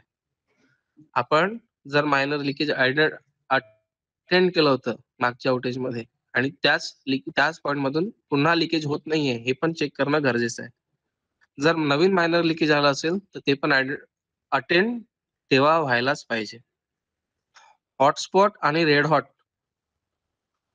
जे काही हॉटस्पॉट आहेत ते सगळे हॉटस्पॉट आणि रेड हॉट त्या शटडाऊन मध्ये अटेंड व्हायला पाहिजे. शटडाऊन एकदा मिळालं 8 तासाचं असेल तर खूपच छान आहे. एक्सटेंड करायचं असेल एक्सटेंड करा, पण हॉटस्पॉट कधीही ठेवू नकाच ट्रान्सफॉर्मर चालू करताना. OTI WTI चं रेटिंग बरोबर येत नसेल तर OTI WTI चेक करून घ्या गरम पाण्यामध्ये, किंवा असं पण चेक करा की जे OTI WTI ज्या पॉकेटमध्ये आपण भरतो तिथे ऑइल आहे की नाही. ऑइल शक्यतो पावसाळ्यानंतर तिथे ऑइल राहत नाही, कारण पाणी तिथे जाते आणि ऑइल बाहेर आलेलं असते. तर नेहमी आउटेजमध्ये त्या पॉकेटमध्ये ऑइल भरा. जेव्हा कधी तुमचं जेणेकरून तुमचे जे OTI WTI चे जे टेम्परेचर आहे, इंडिकेशन आहेत ते प्रॉपर येतील. वर्षातून जे आपल्याला टेस्ट ट्रान्सफॉर्मरच्या करायच्या आहेत, शक्यतो त्या एप्रिल मेच्या किंवा जो हिवाळ्यानंतरचा जो समर पिरियड आहे त्या पिरियडमध्ये त्या टेस्ट करून घ्या, की जेणेकरून तुम्हाला पुढच्या फिस्कल मध्ये जर जे काही ऍक्टिव्हिटीज असतील फिल्ट्रेशनच्या बाबतीत किंवा काय असतील तर तुम्हाला त्या बजेटमध्ये तुम्हाला व्यवस्थित करता येतील. जेव्हा कधी तुम्ही टेस्ट करणार तेव्हा त्या टेस्टचे मागचे रिझल्ट काय होते आणि आताचे रिझल्ट काय आहेत ते तुम्ही कन्फर्म करा, जेणेकरून रिझल्ट मध्ये काही तफावत असेल तर ते पुढच्या 6 महिन्यामध्ये जेव्हा आउटेज असेल तेव्हा आपल्याला रिपीट करावं लागतील, आणि तेव्हा आपण जर टेस्टिंग वाले करत असतील तर टेस्टिंग वाल्यांना आपण आधीच आगाऊ त्यांना इंटिमेशन देऊ शकतो. टॅप तुम्ही फिरवत नसाल तर तुमचं जेव्हा कधी शटडाऊन होतं किंवा टॅप चेंजरचं ओव्हरऑलिंग होते, टॅप चेंजरच्या ओव्हरऑलिंग नंतर प्रत्येक आउटेज मध्ये टॅप फिरून बघा. वाइंडिंग रेजिस्टन्स घेणार तेव्हा तर टॅप फिरणारच आहे, पण टॅप चेंजरचं जेव्हा कधी ओव्हरऑलिंग होतं त्याच्यानंतर प्रत्येक 6 महिन्याच्या आउटेज मध्ये किंवा तुम्ही जेव्हा कधी आउटेज घेता आणि तुमच्याकडे वेळ आहे आता की माझ्या या ऍक्टिव्हिटी चालू आहे पण या ऍक्टिव्हिटी मध्ये पॅरलली मी टॅप चेंजरचे ऑपरेशन करू शकतो, तर त्यावेळेस एक 5-10 मिनिटं का होईना त्या टॅप चेंजरचे ऑपरेशन तुम्ही चेक करून घ्या. अर्थिंगचे कनेक्शन नेहमी चेक करा, ते लूज नसले पाहिजेत. अर्थिंग कनेक्शन लूज असेल तरच तुम्हाला स्पार्क्स बघायला मिळतात अर्थिंगला. पावसाळ्याच्या आधीच आउटेज असेल तर आपण नेहमी पावसाळ्याच्या आधी काय करतो, जिथे जिथे आपल्या ट्रान्सफॉर्मरचे कनेक्शन आहेत डीसीचे, जिथे डीसीचे केबल जोडलेले आहेत अशा सगळ्या ठिकाणी आपण त्याला कव्हर करायचा प्रयत्न करत असतो, जेणेकरून त्यात पाणी जाऊन फॉल्स स्ट्रिपिंग ट्रान्सफॉर्मरची होऊ नये. ते टाळण्यासाठी आपण तिथे प्लास्टिक कव्हरिंग किंवा आणखीन काही कव्हरिंग, इन्सुलेशन टेपचं कव्हरिंग आपण करत असतो, ते करणं गरजेचं आहे. तसंच पावसाळ्यानंतर जेव्हा आपण ट्रान्सफॉर्मर करतो तेव्हा ते कव्हरिंग काढलं पण पाहिजे, जेणेकरून आपल्याला एखादी समजा ग्लास वरती कव्हर केला, जसं बुकोल्स रिलेचे ग्लास वरती कव्हर केलं तर आपल्याला कळणारच नाही त्या बुकोल्स रिले मध्ये एअर ट्रॅप झाली वगैरे करून. तसंच ऑक्झिलरी प्रोटेक्शनचा ट्रायल पण घेतले पाहिजे. बुकोल्स रिले ऑपरेट झाला पाहिजे, PRVचा फ्लॅग ऑपरेट करून चेक केलं पाहिजे की त्याचा जो कॉन्टॅक्ट आहे तो व्यवस्थित ऑपरेट होतो की नाही, आतमध्ये इंडिकेशन येतं की नाही, त्याला म्हणतो आपण ऑक्झिलरीचे प्रोटेक्शन ट्रायल. तसंच कुलिंग कंट्रोल जे आहे ते कुलिंग कंट्रोलचे पण ट्रायल ट्रान्सफॉर्मर आउट असताना किंवा ट्रान्सफॉर्मर आउट असताना आपण ते एकदा करणं गरजेचं आहे. ऑइल सॅम्पल जो आपण वर्षातून 2दा काढत असतो, जर त्याला तुम्हाला आउटेज गरजेचंच असेल तर जेव्हा तुम्ही आउटेज घेता तेव्हा ऑइल सॅम्पल काढा आणि 24 तासाच्या आत एजन्सीला ते टेस्ट करायला सांगा. की तुम्ही आज सकाळी जो इमर्जन्सी मध्ये आउटेज घेतलाय एजन्सीला सांगा की माझं सॅम्पल आहे ते तुम्ही घेऊन जावा, कारण परत तुम्हाला ऑइल सॅम्पल काढण्यासाठी आम्हाला ट्रान्सफॉर्मर आउट करणं शक्य होईल की नाही होईल ते सांगता नाही येणार. ठीक आहे, तर हे 6 महिन्यातनं आपल्याला चेक करायचंच आहे, पण वर्षातनं एकदा आपल्याला जर आपल्या ट्रान्सफॉर्मरला CTR बसवलेला असेल, CTR म्हणजे nitrogen injection fire protection system, तर त्याची एकदा वर्षातनं ऑपरेशन हे चेक केले पाहिजे. तसेच OTI WTI मध्ये आपल्याला सातत्याने तफावत दिसत असेल, OTIचं टेम्परेचर जास्त येत आहे WTI पेक्षा, तर त्याचं कॅलिब्रेशन करणं गरजेचं आहे. तसंच याचा अर्थ असा पण असू शकतो बरं, OTIचं टेम्परेचर WTI पेक्षा जास्त येत आहे ना, तर WTI ला टरेट वाइंडिंग असते, त्या वाइंडिंग मध्ये पण इश्यू असू शकतो. ते कॅलिब्रेशन आणि WTIच्या वाइंडिंगचं त्यावेळेस नी पॉईंट घ्यावा लागतो, मग ते त्या हिशोबाने मग आपण म्हणजे एक गोष्ट ओके क्लिअर झाल्यावरती आपण दुसऱ्या गोष्टीकडे आपण वळतो. तसंच जसं मगाशी म्हटलं, जर 6 महिन्यामध्ये आपण टेस्ट केल्या, मागच्या टेस्ट रिझल्ट बघितले, दोघांमध्ये डिफरन्स आला, तर पुढच्या 6 महिन्यामध्ये आपल्याला पुन्हा ती टेस्ट रिपीट करावी लागते. आणि जर आपल्याला काही अबनॉर्मॅलिटी दिसली, जसं बुशिंगच्या रिझल्टमध्ये अबनॉर्मॅलिटी आली, 0.1 नी दोन्ही 6 महिन्यामध्ये 0.1 नी व्हॅल्यू वाढली. पहिले 0.3 होती मागच्या वर्षी, मग 0.4 आली आणि आता परत 6 महिन्यांनी 0.5 आली, तर आपल्याला ती बुशिंग रिप्लेस करणं गरजेचं आहे. तसंच दर 5 वर्षांनी जर टॅप चेंजरचे ऑपरेशन होत असतील, तर दर 5 वर्षांनी टॅप चेंजर ओव्हरऑलिंग करावं लागतं. आणि ऑइलचे बीडीव्ही किंवा ऑइलचा डीजीए रिपोर्ट हा व्यवस्थित येत नसेल, तेव्हा 5 वर्षातनं एकदा किंवा गरजेनुसार जसं रिपोर्ट नाही येते बरोबर, तर आपल्याला ऑइलचं फिल्ट्रेशन पण करावं लागतं. या सर्व ऍक्टिव्हिटीज आपल्याला त्या हिशोबाने त्या टेस्टच्या साह्याने आपल्याला आता करणं गरजेचं आहे. की ऑइल फिल्ट्रेशन आपण एखाद्या वेळेस टाळू पण शकतो. आपल्याला काय बीडीबी पण चांगला आहे आणि डीजीए मध्ये गॅसेस पण नाहीयेत किंवा त्याचा फ्लॅश पॉइंट पण चांगला आहे. वॉटर पीपीएम पण कमी आहे. परत रेझिस्टिव्हिटी आणि टॅन डेल्टा व्हॅल्यू पण चांगली आहे ऑइलची. तर आपण 5 वर्षाच्या ऐवजी 7 वर्षाला पण ऑइल फिल्ट्रेशन करण्यात काही आपल्याला अडचण होत नाही. त्याच्याने काय होणार आहे, ऑइल फिल्ट्रेशन 7 वर्षांनी 8 वर्षांनी केलं तर एक तर 5 वर्षांनी होणारा जो खर्च आहे तो आपण 2 वर्ष 3 वर्षांनी पुढे पाठवला. दुसरं फिल्ट्रेशन करायचं म्हणजे साधारण ट्रान्सफॉर्मर 3 ते 4 दिवस आउट करावं लागतं. ते 4 दिवसाचं आउटेज तुम्ही वाचवलेलं आहे. बरोबर? 4 दिवसाचं आउटेज वाचवलं म्हणजे तुम्ही थोडक्यात ट्रान्सफॉर्मरची अवेलेबिलिटी वाढवली आहे. तर हे आपल्याला टेस्टच्या साहाय्याने ऑइलचं फिल्ट्रेशन जसं आपण पुढे ढकललं, तसंच आधी काय होत असेल, समजा 15 वर्षांनी बुशिंग बदलायचीच आहे, हा नियम असेल समजा किंवा त्या शेड्यूल मेंटेनन्सचा प्रॅक्टिस असेल आणि 15 वर्षांनी सुद्धा आपण बघायला गेलो, तर जर ऑइल बुशिंगची टॅन डेल्टा व्हॅल्यू ही लिमिटमध्येच असेल, तर आपण 15 वर्षांनी बुशिंग बदलणार का? नाही. साहजिक आपण किती 2 लाख कंपनीचे वाचवलेले आहेत. हे आपल्याला डायग्नोस्टिकचे बेनिफिट्स आहेत. तसंच आता तर या केसमध्ये तुम्हाला काय बघायला मिळतंय, की आपण आता ट्रान्सफॉर्मर कमिशन किंवा ट्रान्सफॉर्मरचा आता मेंटेनन्स करत आहे. तर ह्या केबल आपल्याला या टॅप चेंजरला जोडायचे आहेत. इथे सिलिका जेल आपल्याला रिप्लेस करायची आहे. या सगळ्या गोष्टी आपण ऑनलाईन करू शकतो. ट्रान्सफॉर्मर चालू आहे आपला. कशावरून चालू आहे? तर हा फॅन चालू आहे दिसतोय म्हणून म्हणतोय. ठीक आहे. तर या गोष्टी आपण ऑनलाईन करू शकतो. टॅप चेंजरची cable replacement, silica gel replacement ते आपण चालूमध्ये केलं पाहिजे.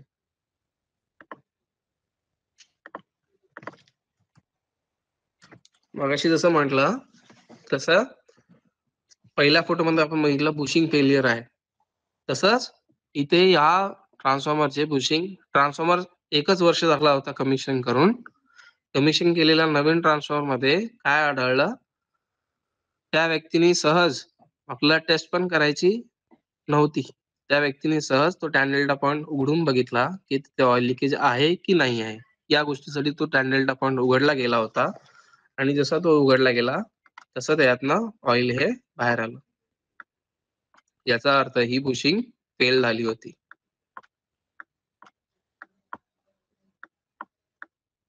ठीक आहे.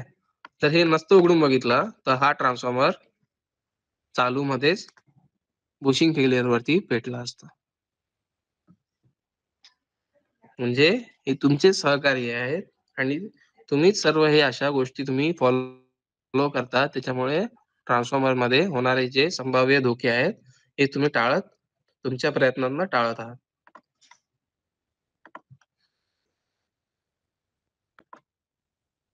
तसंच एका ठिकाणी काय दिसलं होतं, हे पीआरव्हीचं मगाशी फ्लॅग बघितला ना, त्या बाजूचं हे कनेक्शन टीबी आहे.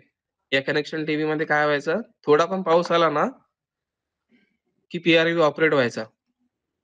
तर पहिल्यांदा काय केलं, इथे कनेक्शन होते या टर्मिनलला, इथे गंजलं होतं म्हणून इथे लावले त्यांनी.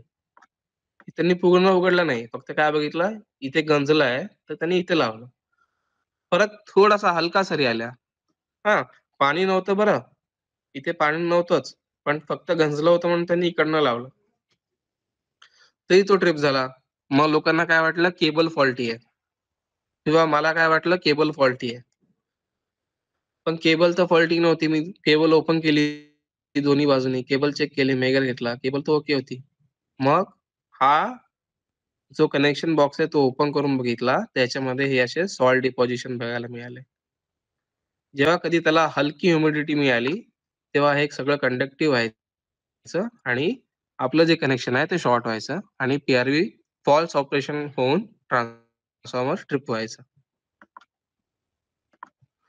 तसंच मगाशी आपण एस-एफ-आर-एचा रिपोर्ट बघितला. त्याच्यामध्ये 10 dBचा डिफरन्स दिसला फर्स्ट पोर्शनमध्ये.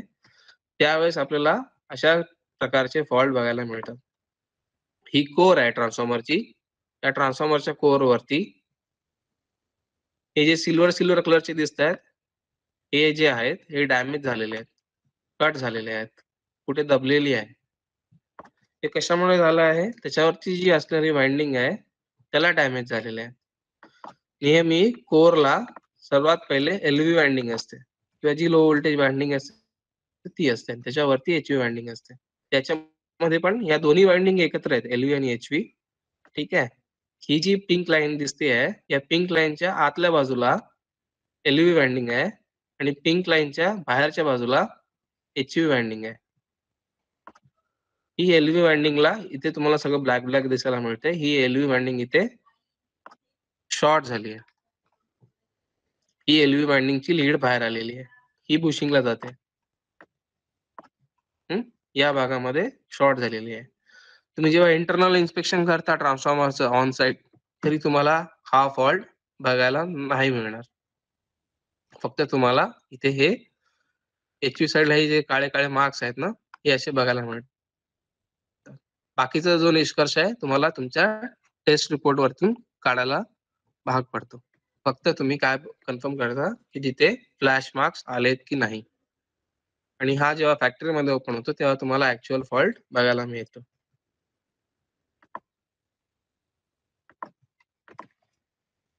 ठीक आहे.